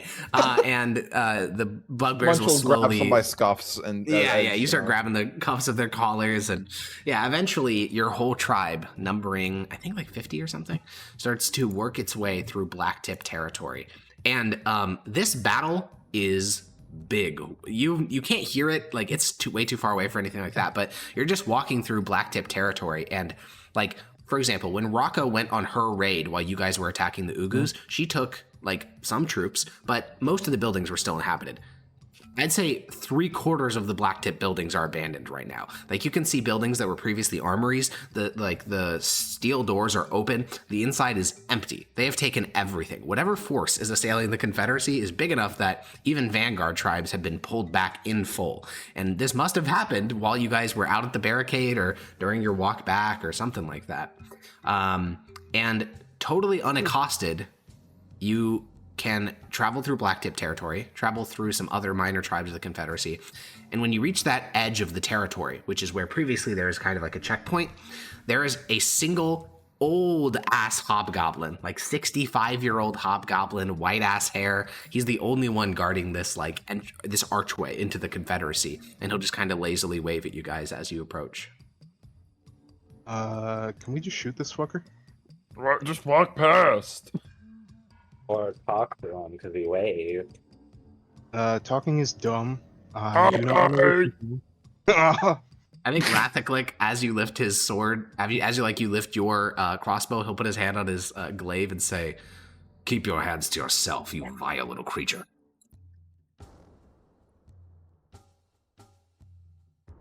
Oh, is he talking to me? Yeah, you are the vile little creature. I wouldn't have talked to him in earshot. But I know. I'm just whatever. saying you're lifting your bow. I mean, you're doing something to indicate that you want to kill the guy. So, either way, Rathaclick will kind of break off from the main tribe and walk over to this old hobgoblin. Rathaclick's pretty old as well. I went over as well. Oh yeah, sure. Yeah, you'll kind of lop over, and the hobgoblin will say, I'll go over to you. "Okay, yeah." The three of you come on over. He'll say, "Which tribe do you all belong to? I haven't seen you around here before." Oh no, he's friendly. I feel bad now. We're the Bloodspores. I've never heard of you. Are you new in the Confederation? Yeah. Well, that's great. That's great. Are you, what are you all up to today? I know that most of the tribes got called to go and fight on the Yard Stair. We're sent to, get some, material, get some more, stuff for them in the front lines. We need to go back and get some things. Rathaclick will kind of support you and say, "Yes, more furnishings were needed. They were running out of shot, arrow, and the like. The foe that we face is mighty." And Munch, make a persuasion check at advantage, because Rathaclick used the help action. Where are we in our territory right You're now? right. You're out of the Blacktips territory. You're on the edge of the Confederacy, right next to the, literally another. Once you're past this archway, you'll be on your way to the neutral market. You're almost there. Yeah, the hobgoblin will nod and say, "Oh, that's some scary stuff. Well, I hope that you get lots of good deals. And he kind of looks at the massive hunks of like red metal and copper that are being carried by bugbears and says, "Wow, Rattleware must we must need a lot of arrows." They're strong. Yeah. Well, good luck. Thank you. I'll just like walk past. Yeah, I mean, most of the tribe is passed by now, so the three of you catch back up with it. Most of your tribe has not been outside of Confederation territory. Only you guys have. You didn't take your warband with you to the neutral market or anything, so they are very on edge as you walk through abandoned streets. The low Dorvern buildings form like tight little alleyways, and your tribe of 50 cannot move like abreast. So you break into all these like smaller groups, each led by someone combat capable. It's just not possible to all move together. But where the neutral market is located, this massive wide boulevard, that is big enough to accommodate your tribe. So you all like kind of emerge from individual alleyways, and near the entrance of the neutral market where several ragmen stand, you guys kind of form up, and you can see the ragmen keeping a careful eye on you. Having 50 goblinoids could look like you're about to raid the marketplace. They don't like attack you or anything. They just keep an eye on you to see if you're up to anything. But you didn't lose anyone in the tight alleyways leading to the neutral market. You're on the boulevard. To your southwest is the Coffers territory, and to your northeast is the neutral market. Okay, I'll tell everybody the rules of this place. Don't take anything from anyone. Don't fight. And I do want to talk to a ragman. Sure. Rathaclick, as you start to walk over to one of the ragmen, Rathaclick will look at Marduk and say, "I do not believe we should let any of these people," and he gestures towards your tribe, "into the marketplace. The last thing we need is a conflict with some merchant or the like. Let us stay here in the boulevard, let you negotiate our passage." Good enough. All right. Idea. So the five of you will head off, and Rathaclick, with only like 4 other hobgoblins, will try to maintain discipline in the tribe. And yeah, Yapper, you will approach one of the ragmen. You think it's a bugbear just purely based on stature. Obviously not a single inch of skin is visible, just the long strips of cloth from which they get their name. Hey, how you going, big guy? Well, Do you guys travel between neutral markets? yes. Any way that we could tag along with one of you? No. Any way you would tell us your path? No. Do you know anybody else who travels between neutral markets? Would you tell me? He'll gesture towards the open marketplace. Any name in particular? He'll shake his head.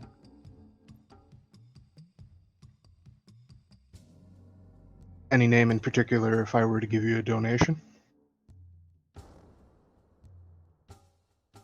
He'll look at you. What would you grunt to the rugman?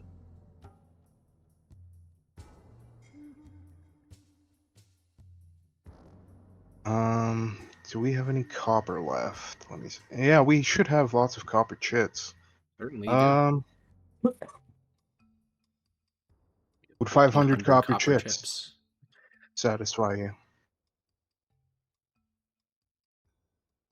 He will nod.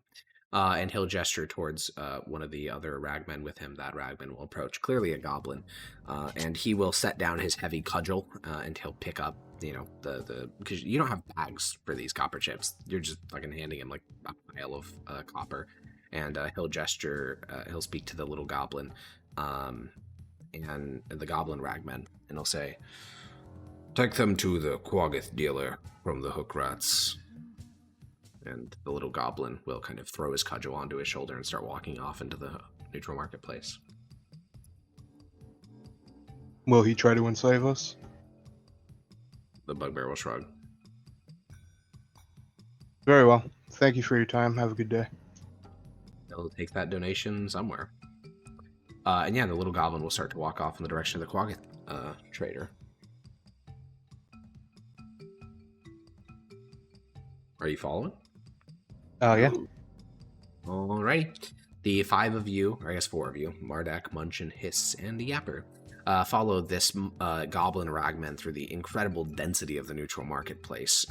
Munch, as you walk past the wet market, you are so stuffed from eating those slob mouths that you're not even hungry when you see all the different exotic foods they have. You're not going to be hungry for at least one day. Tomorrow you'll be ravenous, but today you are full. I'm still thinking about like, I wonder if I could be used for that.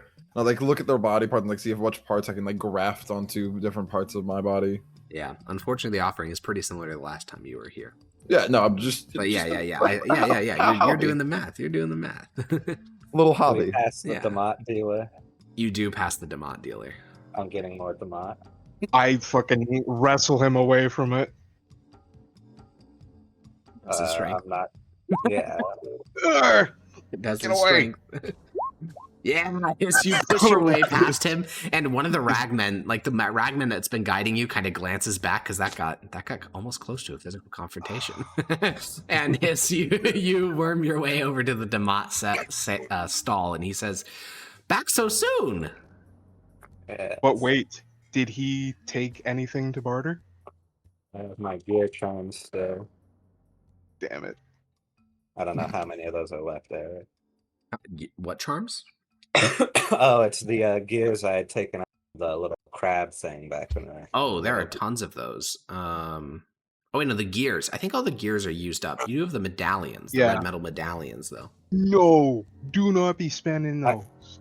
I had taken them off separately from the main group, so No, I know. Oh, unless they're on your sheet in terms of what's in the blood they sport. are on my sheet. Oh, how many do you have? I don't know. do I you- just what do you put mean? plural. That's a mistake I on don't- your part. I think you have one left then, because I don't know how many you took.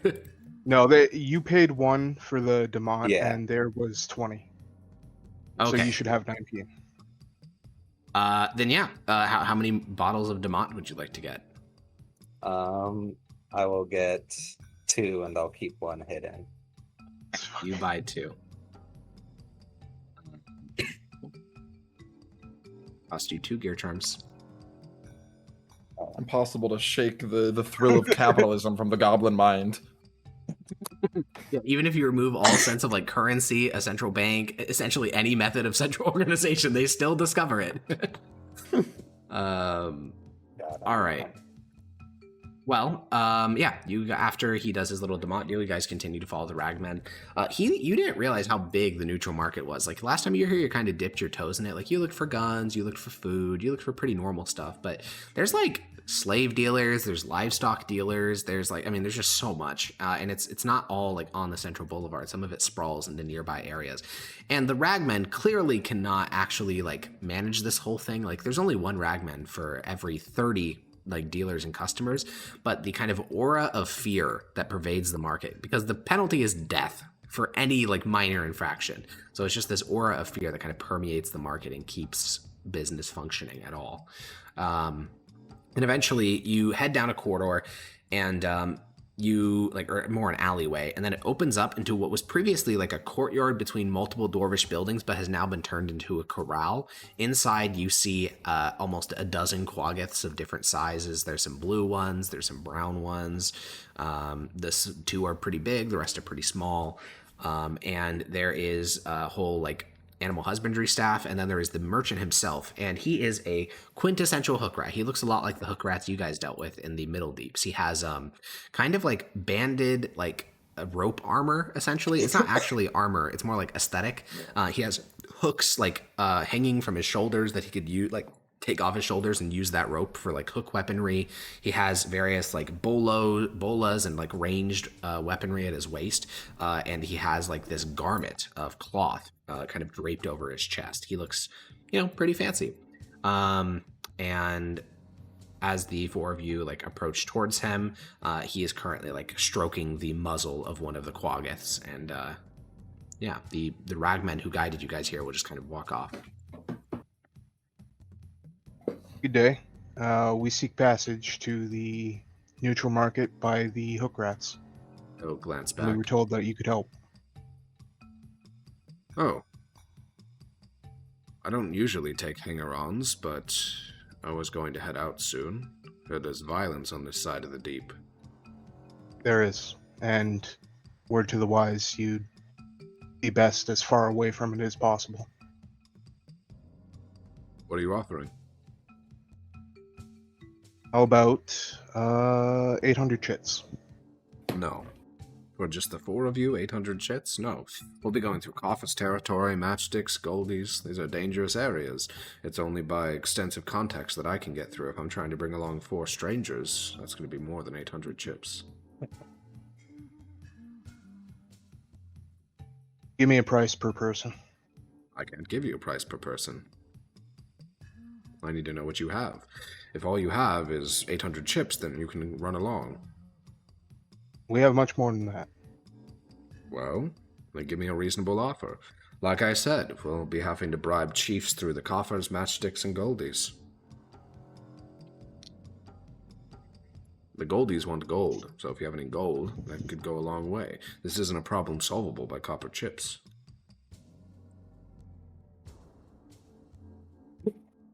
We have other metals. We have Gold? red metal medallions. Right. How big are these medallions? And he kind of holds his fingers at various sizes. I will give him a general size. Yeah. I mean, they're a quarter pound. They're kind of like palm-sized for a goblin. And he'll nod and say, all right. What tribe do you all belong to? We are the first. Maybe I'm you not know us as the familiar. Bloodspores. Can't say I'm familiar with that either. Confederacy? There's a bunch of tribes in Vanguard. there that I don't know about. Ah, okay, one of the Vanguard. Oh. Have you fought either the Coffers or the Goldies before? No, neither the Coffers, Goldies, or the Matchsticks. We fought the Ugus and the Slobmouths. You swear an Onket? Swear on any god you choose. Sure, well, you're a goblin, so swear an Onket. I swear on Onkite. Oh, then. Well, I could probably do a medallion for each of you. I'm thinking a medallion for each tribe you carry us through. 4 people, one... No. 1 medallion for each of the 4 of you.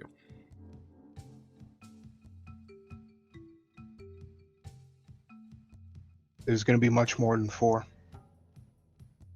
How many? How many do we got left after the raid? I think it's around 50. Somewhere around 50. He will, he thought he was negotiating the passage of just a couple of people. It's very obvious that you're asking him to move essentially an entire tribe, which would outnumber him and all of his, attendants and guards by, triple. And he will just blink and say, I see. It's going to cost a lot more than a couple of medallions, then. If necessary, we have good fighters. No. You're never fighting your way through Coffer territory or Goldie's territory. You're paying them off. And if they're going to be letting an entire fighting force through the territory, they're not going to accept shavings of a red metal medallion. Hell, they'd probably think I was trying to smuggle an attack force into their territory. You're going to need something big.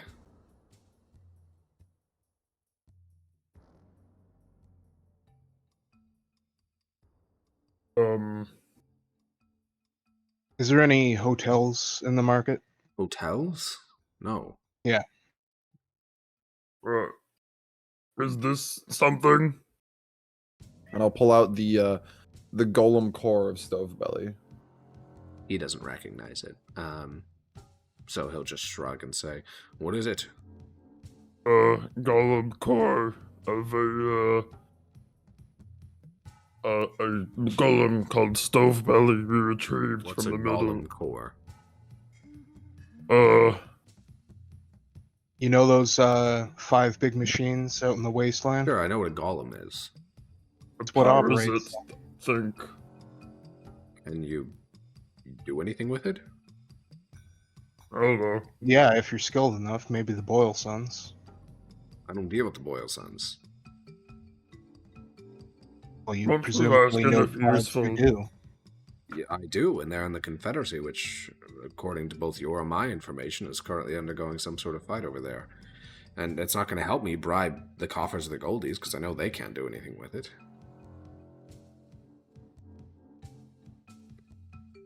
Look, unless you can offer me something exceedingly valuable, I think we're done here. I'm not going to risk my reputation with two of my biggest trade partners for whatever this is. Good day to you, then.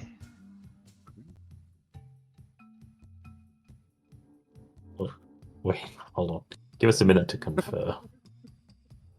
Yeah, Yapper's already walking away, but you jog after him, clang, clang, clang, clang, and in one of the alleyways near to this open courtyard where his operation is, you can form a little huddle of the four of you, just the four of you. If we walk away from this, I don't know how easy it will be for us to even get through.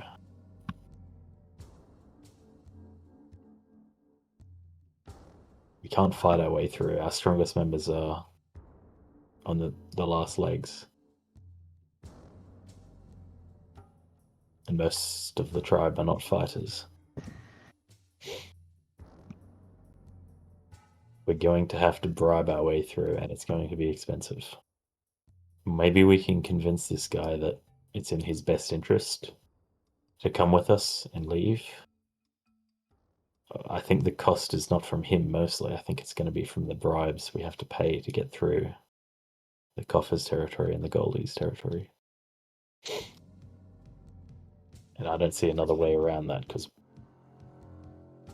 I don't think we can sneak the 50 of us through, and I don't think we can fight through. Sets of creator tools, built to withstand the ages. Exceedingly rare.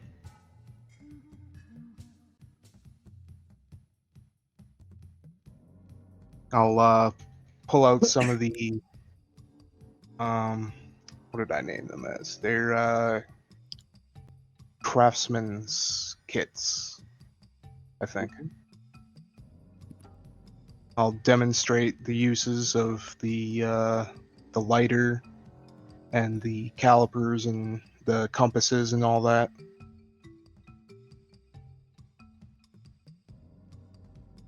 Okay, and you're asking the merchant if this is sufficient to... Yeah.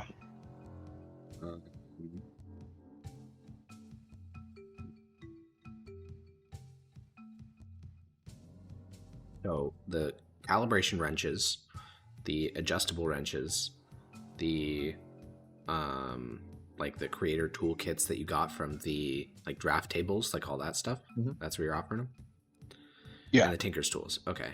And It's I should most say, of it's made out of red metal and steel and mithril, if I recall. I want to talk to him while we're here. Sure.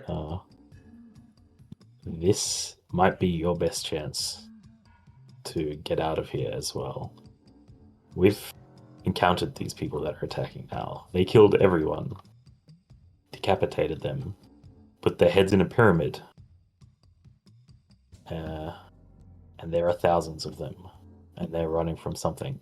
We don't know what, but they want to be here. Well, The I entirety can get of the myself out of no Confederation trouble. is fighting them. I have enough bribes to pay for me and mine. What you need to offer me is a way that I can make a We can profit offer- and pay for your bribes. But, the tools People you're of offering are Barricade. good. The They Goldies would will pay a like the pyramid. tools. The Goldies will like the tools, all right? The Goldies will like them. Matchsticks won't care. Coffers, maybe. If you offer that, and how many of those medallions did you say you had? 15. All the medallions, all the tools, and I think it can work. Yeah. All right. And he was clearly already in the process of getting ready to leave. He and his fellow hobgoblins clearly don't want to stick around here. So they'll start offering up some prayers to Dominus, who they worship as a god of binding, and then they will put saddlebags over their quaggoths and in about 20 minutes, you guys are out in front of the neutral market with your tribe and his caravan. You don't know his name, but he and his hobgoblins number about 30. About half of those are guards. The other half are like workers, and then there's him. They have a herd of about 40 quaggoths, which is pretty big. I mean, quaggoths are large animals to begin with, so to have that many is a pretty healthy number. Also filled with saddlebags of random shit he was selling throughout the market. And you can now subtract from your sheet the draftsman tools, calibration wrenches. Can you guys edit the spreadsheet? Yeah, I believe Yeah, so. So you can subtract all that shit. Also, all the The red metal adjustable medallions. wrench. You said 15 medallions, so we do have one medallion, it seems, right? we have 5. Oh. I thought we only had 16 damage. Yes. So you have 5 remaining. Mhm. Then yeah, you can remove the adjustable wrench, all that shit, basically, all the precursor shit. And as your big group, there's almost 80 goblinoids in this group. As you reach coffer territory, which is very quickly, this merchant already knows like certain people, like a fair number of people in the coffers tribe. So this is not like a hostile interaction, really. They're just like, hey, you know, this is a really big group, so you gotta cough up some shit. And he'll end up coughing up the tinker's tools and some of the calipers. He'll also give some stuff that he was going to bribe them with anyways, which is some Demot and some alchemical reagents, because that's what the tribe's all about. And then you guys are allowed to go through. The thoroughfare in Coffer's territory is actually like very well maintained, so it's very quick movement. Like you don't have to go through any weird side streets or anything. You're just moving along this giant open road, so it takes 5 minutes. When you reach Matchstick's territory, that place is a fucking burned out hellhole of a war zone. Like most of the stone buildings are like crumbling and ruined. The road is covered with rubble, and there's just like open burning fires like on stone, which means there's some like napalm type liquid that's burning there. As you travel through, the bodyguards of the merchant go kind of on watch, like they're looking at nearby rooftops and stuff. Luckily, it seems like he's familiar enough with the matchsticks that they decide to talk first instead of just firebombing you guys. And a couple of goblins that are covered with soot, like pitch black because they're so covered with soot, will emerge from some nearby buildings. There's a dialogue up at the front of the caravan, and ultimately, basically, I think it's about half of the red metal medallions get turned over. And that seems to satisfy them. And you guys head on through. And as you head through Matchstick's territory, you can see where the Goldie's border is in the distance, because it's like a toll booth. Like, it's so normal. Like, the road is well maintained. There's just like several little toll booths. There's like little guard towers in which stand hobgoblins armed with crossbows. And as you near the toll booth, you can see the attendant is wearing this giant gold hat. Like, it's gold, but it's shaped like a top hat. It's the most uncomfortable shit of all time. And that gold hat wearing, attendant will speak with the merchant, and the rest of the tools are turned over, as well as the other half of the medallion, or no, like a quarter of the medallions. So just a small little couple medallions kept for himself. And then heading through Goldie's territory, again, very quick, because you're just traveling on the boulevards. You pass by the neutral market in Goldie's territory. You also pass through the central building of Goldie's territory, that being the former bank of the Trade Deep. It is a colossal structure, which is actually the most well-maintained building you've seen in the entire Trade Deep. There's like newly inlaid gold on all the different pillars. This is the most gold you've ever seen in one place. As you watch Goldies moving about their business, they're a very populous tribe, so you see like the amount of gold someone has is clearly just an indicator of rank. It's the most obvious thing you've seen, because like the slaves, most of them have no metal. The ones that do have like gold kind of like embedded into like their ears as earrings, or their noses as nose rings. And as you move up, you see one guy who's walking up the steps into the central bank. He's wearing golden armor. He's wearing golden greaves, golden gauntlets, golden hat, golden shoes that are like long and pointed, golden earrings. Like he's just bedecked in gold. Pimpin'. Yeah, pimpin'. And yeah, you guys continue west along the central boulevard, and you basically have no other incidents. When you get to the other polling station, he presents a like scrap of like weird ass parchment that he got from the other toll station, and he shows it to this guy, and this guy lets your caravan through. And with that, you travel a little bit further along the boulevard, and boom, You're there. It almost makes the trade deep feel peaceful traveling this way because you never left the boulevards. You paid only 3 bribes, and boom, you're in the neutral market near to Hookrat's territory. There's not really any conversation. The merchant just keeps everything else that he didn't have to pay his bribes and heads to go set up his market stall. Can I see the area where the golems are? No. There's like super dense. I mean, the trade deep is incredibly dense. There are literally thousands, or at least hundreds of buildings between you and that area.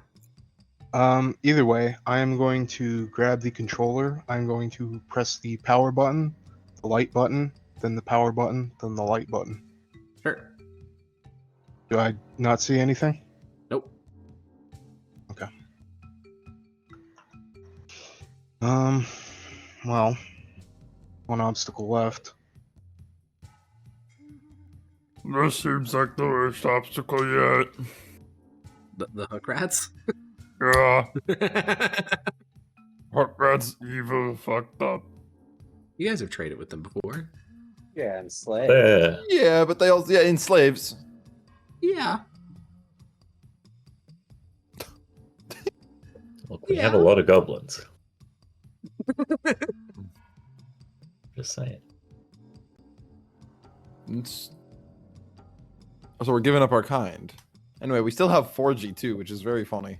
You do. You managed Or what to... was it Squish was the one that we bought from them? Yeah, Squish was the one you bought. 4G was the one you No, that was captured. Whelp. Oh, Whelp? It was Okay, yeah, Whelp. Whelp was the one you... Yeah. Yeah, all the way full circle. You guys went through the opposite method of reaching the hook rats. But yeah, you guys begin to approach hook rats territory. And this is a tribe of hobgoblin supremacists. There's really no other word to use. Almost every single tribe you guys have ever come across requires like some degree of cooperation between the triune races. Or, sometimes there'll be like a slight dominance of one, but it's not like particularly strict. But as you approach hook rat territory, you see hobgoblins walking around, and every single goblin or bugbear you see is in ropes or chains to denote their status as a slave. Some of them are not like actually bound. They just have like ropes around their neck to indicate that they are a slave. You don't see a single hobgoblin slave as you approach the sort of edge. As you head through the neutral market and your 50 or so men approach the edge here, there's a large archway, which seems to be in this deep, at least the default way of denoting your territory. And there is about 30 hook rats here. They're all, ropes and hooks and cleavers. And the captain of this sort of entryway will approach. He wears a helmet with like a long plume of like quaggoth fur that like goes down to like his mid back, and you can see that about half the guards here are just slaves, like they're enslaved bugbears. And the captain will approach, the 5 of you, or the council at the front, so 6 of you at the front, and he'll say, "What do you think you're doing?" We seek trade. The market's right there. Then let's go into the market. Sure. He'll go back to the archway, and you guys turn back towards the neutral market. Oh, yeah, I just wanted to fucking rest here. Sure. Try and formulate a plan. Yeah, there are no I didn't mean- hotels, and if you kind of loiter near the neutral market, the ragmen will tell you to fuck off because you're not here for commerce. You're going to have to go sleep in one of the contested territories if you want to sleep. It wasn't quite sleep. It was just like, hey, let's wander around. Let's kind of get our bearings. Let's formulate a plan. Okay, sure. Either way, you're going to have to go out into contested territory even to just sit down, because if you sit on the boulevard, someone's going to get pissed at you. So do you want to go south or north? There's contested territory. I mean, there's like buildings in both directions. We can't just wander around and pretend to window shop. I mean, you can, but it's not That really... would it's be not what really we're doing. conducive to making a plan. At this point, There's just I'd so say many we of just us. hole up in a building. Yeah, there are 50 of We you. might as well sleep. I don't need a rest. I can guard. Your tribe Bunch does. of Every rest. single one of your Rest. bugbears is at less than 10 HP. Yeah, well, in general, I mean, like, Yeah. we can assign the people that don't need to sleep desperately to guard if we're in the contested areas, but I think How do we get through the hook rats? We're gonna have to bargain our way through, but Oh, you're gonna have to offer them a lot of shit. I mean, you Yeah. know that they're not like, you know what they want. They want slaves. They want tribute.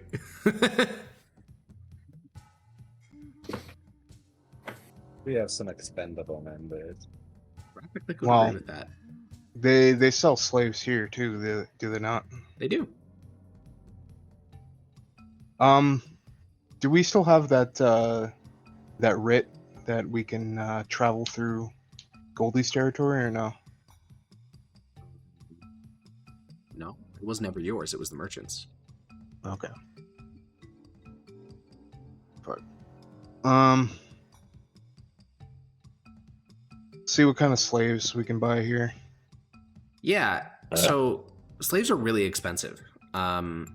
Good ones. Yeah, Ones we got were you're cheap. right. You're right. Yes, if you want, well, actually, you got it relatively like so that slave you got when the hook rats came down the thing that was very cheap because you were bartering with them. Here, you know, this is more commercial. They're doing copper chips. If you want to get like even a goblin, like the shittiest little skin, the squishes of the world, that's gonna cost you minimum price like 1,000 chips. For anyone of like any talent, we're talking tens of thousands, hundreds of thousands. Like there is a booyog on sale that costs about 1.2 million chips. We could be the tribe of many booyogs. You could be. You could be. We could have 5 booyogs essentially. You had a previous booyog, but then he killed himself. So. Well, that was the bro was not a booyog. Bro was a shitter. it's a heroic sacrifice. Heroic sacrifice. I don't know how much I consider it heroic. It did save us, but man. Also, technically, it was 2. Okay. You're right. You did technically have 2 booyogs that heroically killed themselves. With an asterisk. With an 2 with an asterisk.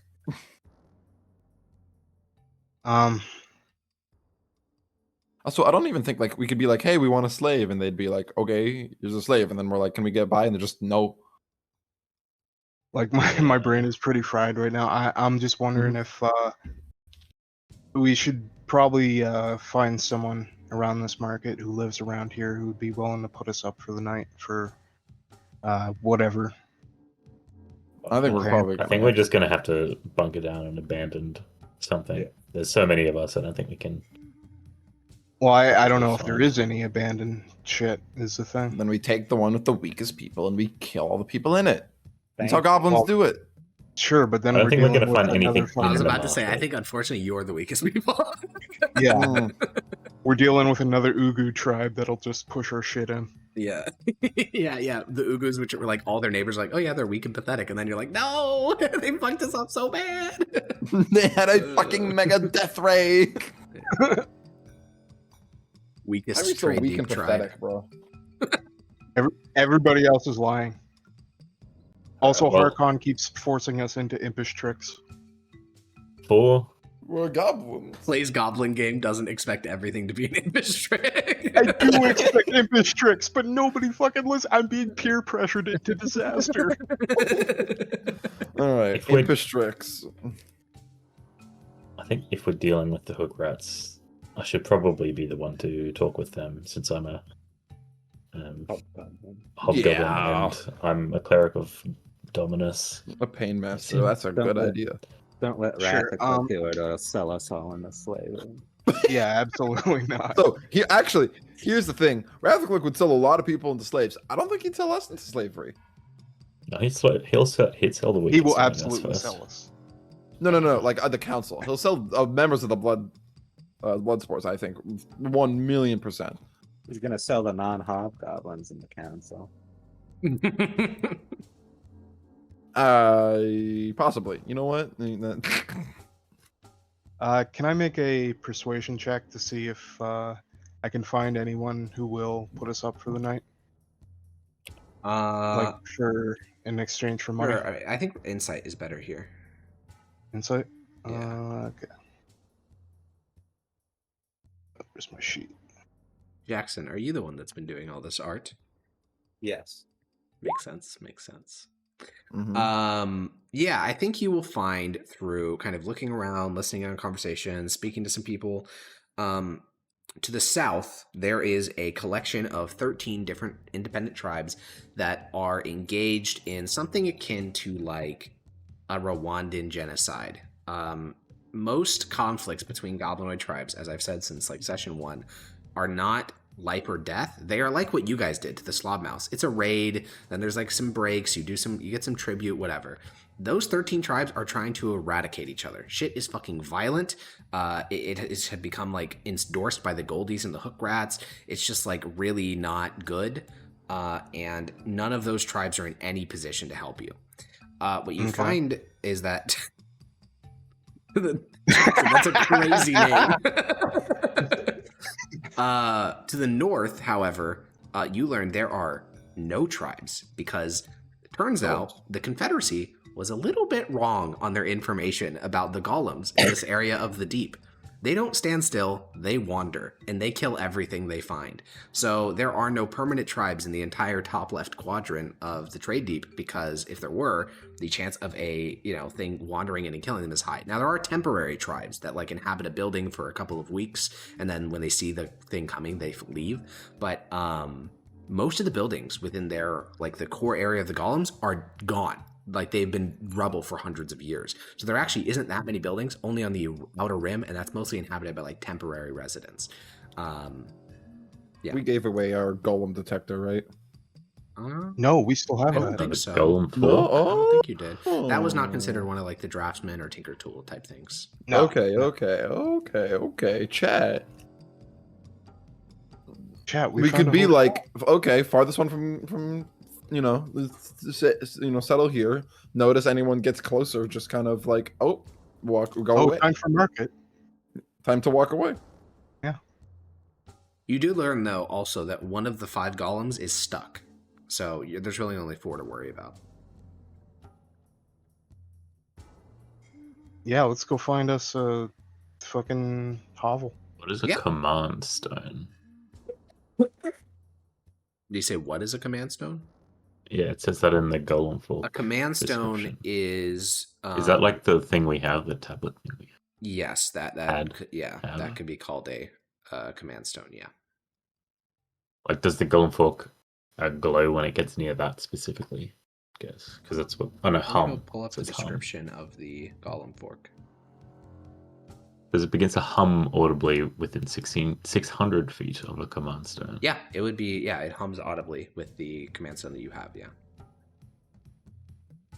So yeah, just to give some terminology, there's like 2 big things. So there's the golem core. This is a magical rock essentially that's put at the heart of the golem and has all the animating magic. It sort of operates like an engine, like a motor. The golem command stone, which I believe you also have one of those, is the thing with all the buttons that allows you to give out commands. Those differ heavily across different golem classes, and they are essentially like command tablets, essentially. So the command stone is that. So what your fork does is it can detect command stones, which you have one of. It can also basically make constructs, so in this case golems, start to basically ring very loudly, like very audibly. Yeah.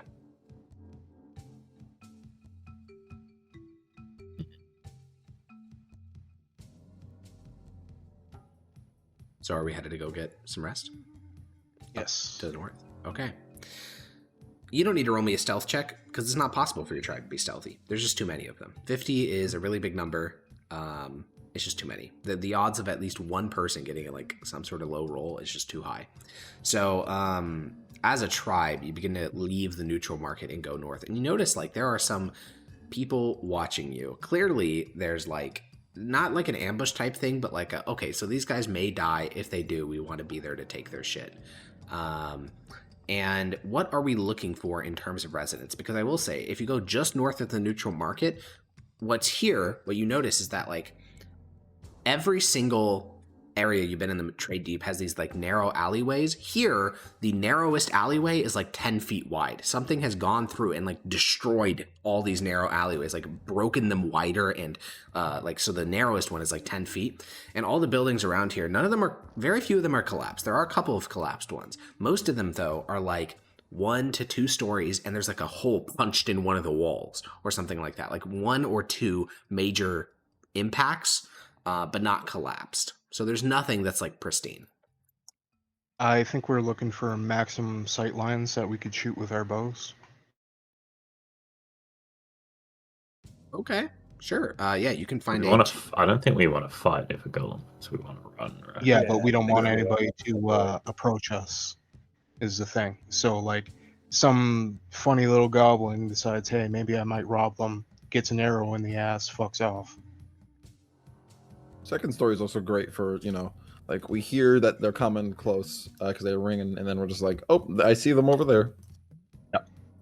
Sure. Yeah, you guys head to the second. You head to a 2-story building. There is one 3-story building, but it's much deeper into the golem territory, so probably not worth risking, I would imagine.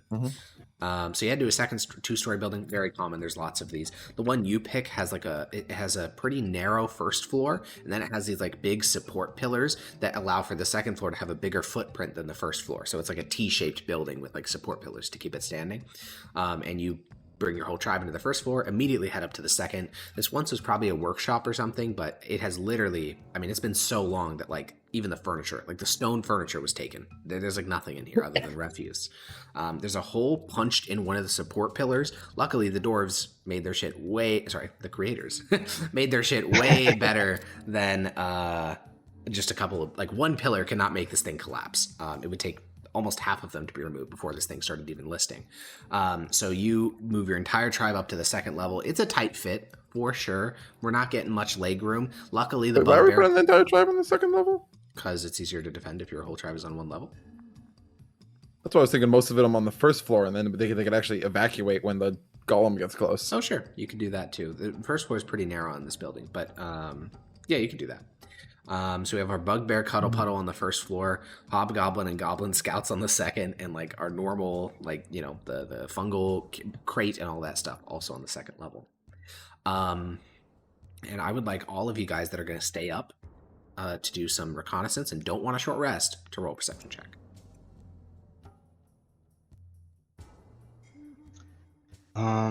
Anyone want a blame hammer?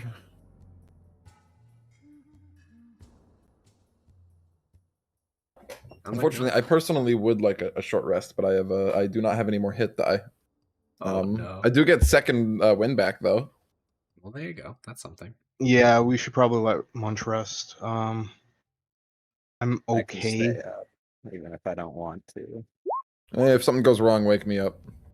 Wake me up inside. Can't wake up. I'll I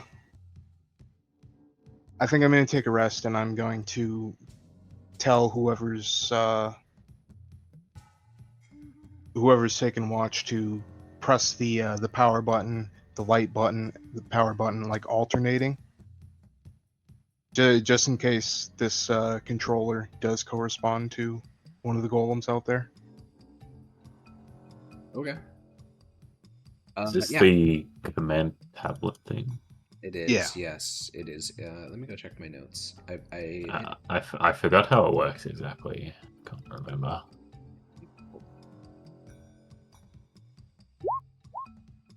Oh, that's not good.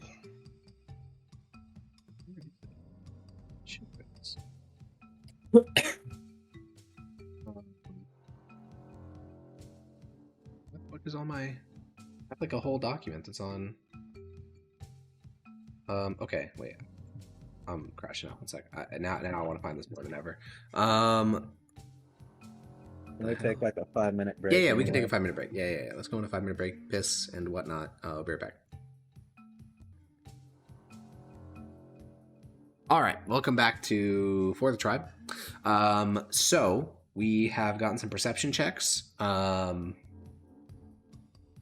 and everyone else is short resting. So Munch, you can take your D10 plus whatever for second wind.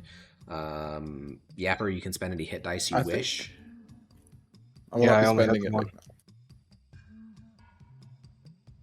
now. And Hiss and Mardak are on the watch, mostly for goblins. A golem would not be very hard to spot or hear. You press the buttons throughout the night, Mardak. You don't really know what any of this shit does, but Yapper asked you to, and I mean, you're awake anyways. No goblin. What is this? The tablet? Thing? Yeah, the tablet. Yeah, stone. Yeah, he asked you to just press the buttons on Does it. it not have labels or on any of the things? Or what? No. You guys actually figured it out through trial and error, essentially. Oh, nice. Yeah, because all the Dwarvish symbology is pretty universal, so Yapper pressed a bunch of buttons that controlled the Steam system and some other things you had, and then he realized that the buttons were the same, and so he carried on the symbology to guess what the buttons do. But no, none of them are labeled, so I don't think Mardak knows what the fuck any of it does, but you're just pressing the ones that Yapper told you to press. So, as the cycle continues and sleep takes the tribe, there are no little thieves that approach, no golems either. But Mardak, I think, so this second floor has like these arrow slit style windows that allows you to look out on the surrounding terrain. You don't know why the dwarves made such structures like these so defensive when they're in like the heart of a trade deep. Like, it doesn't feel like you'd need super defensible structures here, but you know it is. And you're looking out towards where the Confederacy was, like towards the Goldies, that direction. And for a moment, the entire cavern goes bright with light. And a moment later, in the far east side of the cavern, near the entrance of the yard stairs, you see an explosion. Now, you have a second or two before the shockwave reaches where you're currently at, because the cavern's large enough. Do you want to take cover, or do you want to continue to watch?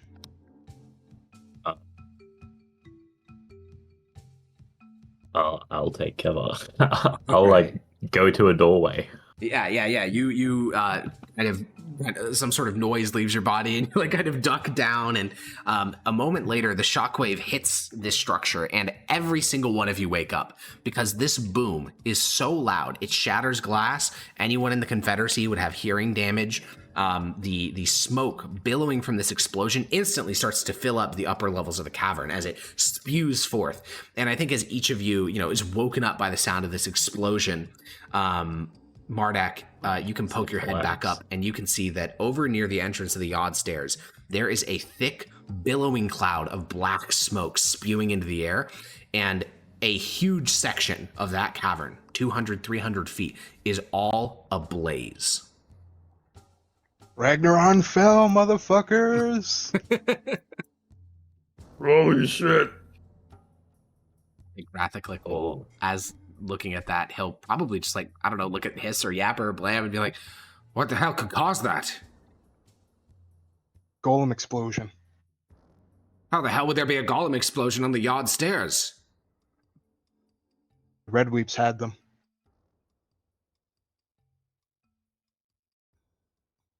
I think the last scene is your tribe fearfully looking out the window eastward towards that distant fire, because Should have does just that mean went. what'd you say? We should have just paid our way through the hook rats ASAP.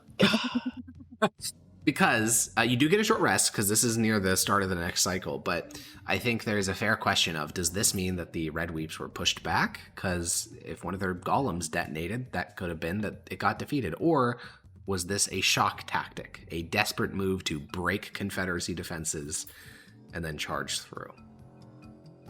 Either way, hopefully you'll never find the answer to that question, because if you know the answer to that, that means some bad shit has happened. So we will leave it there for the tribe. And when we come back, we have the hook rats, the pitch stairs, and an enemy to flee. Bye-bye. Bye-bye.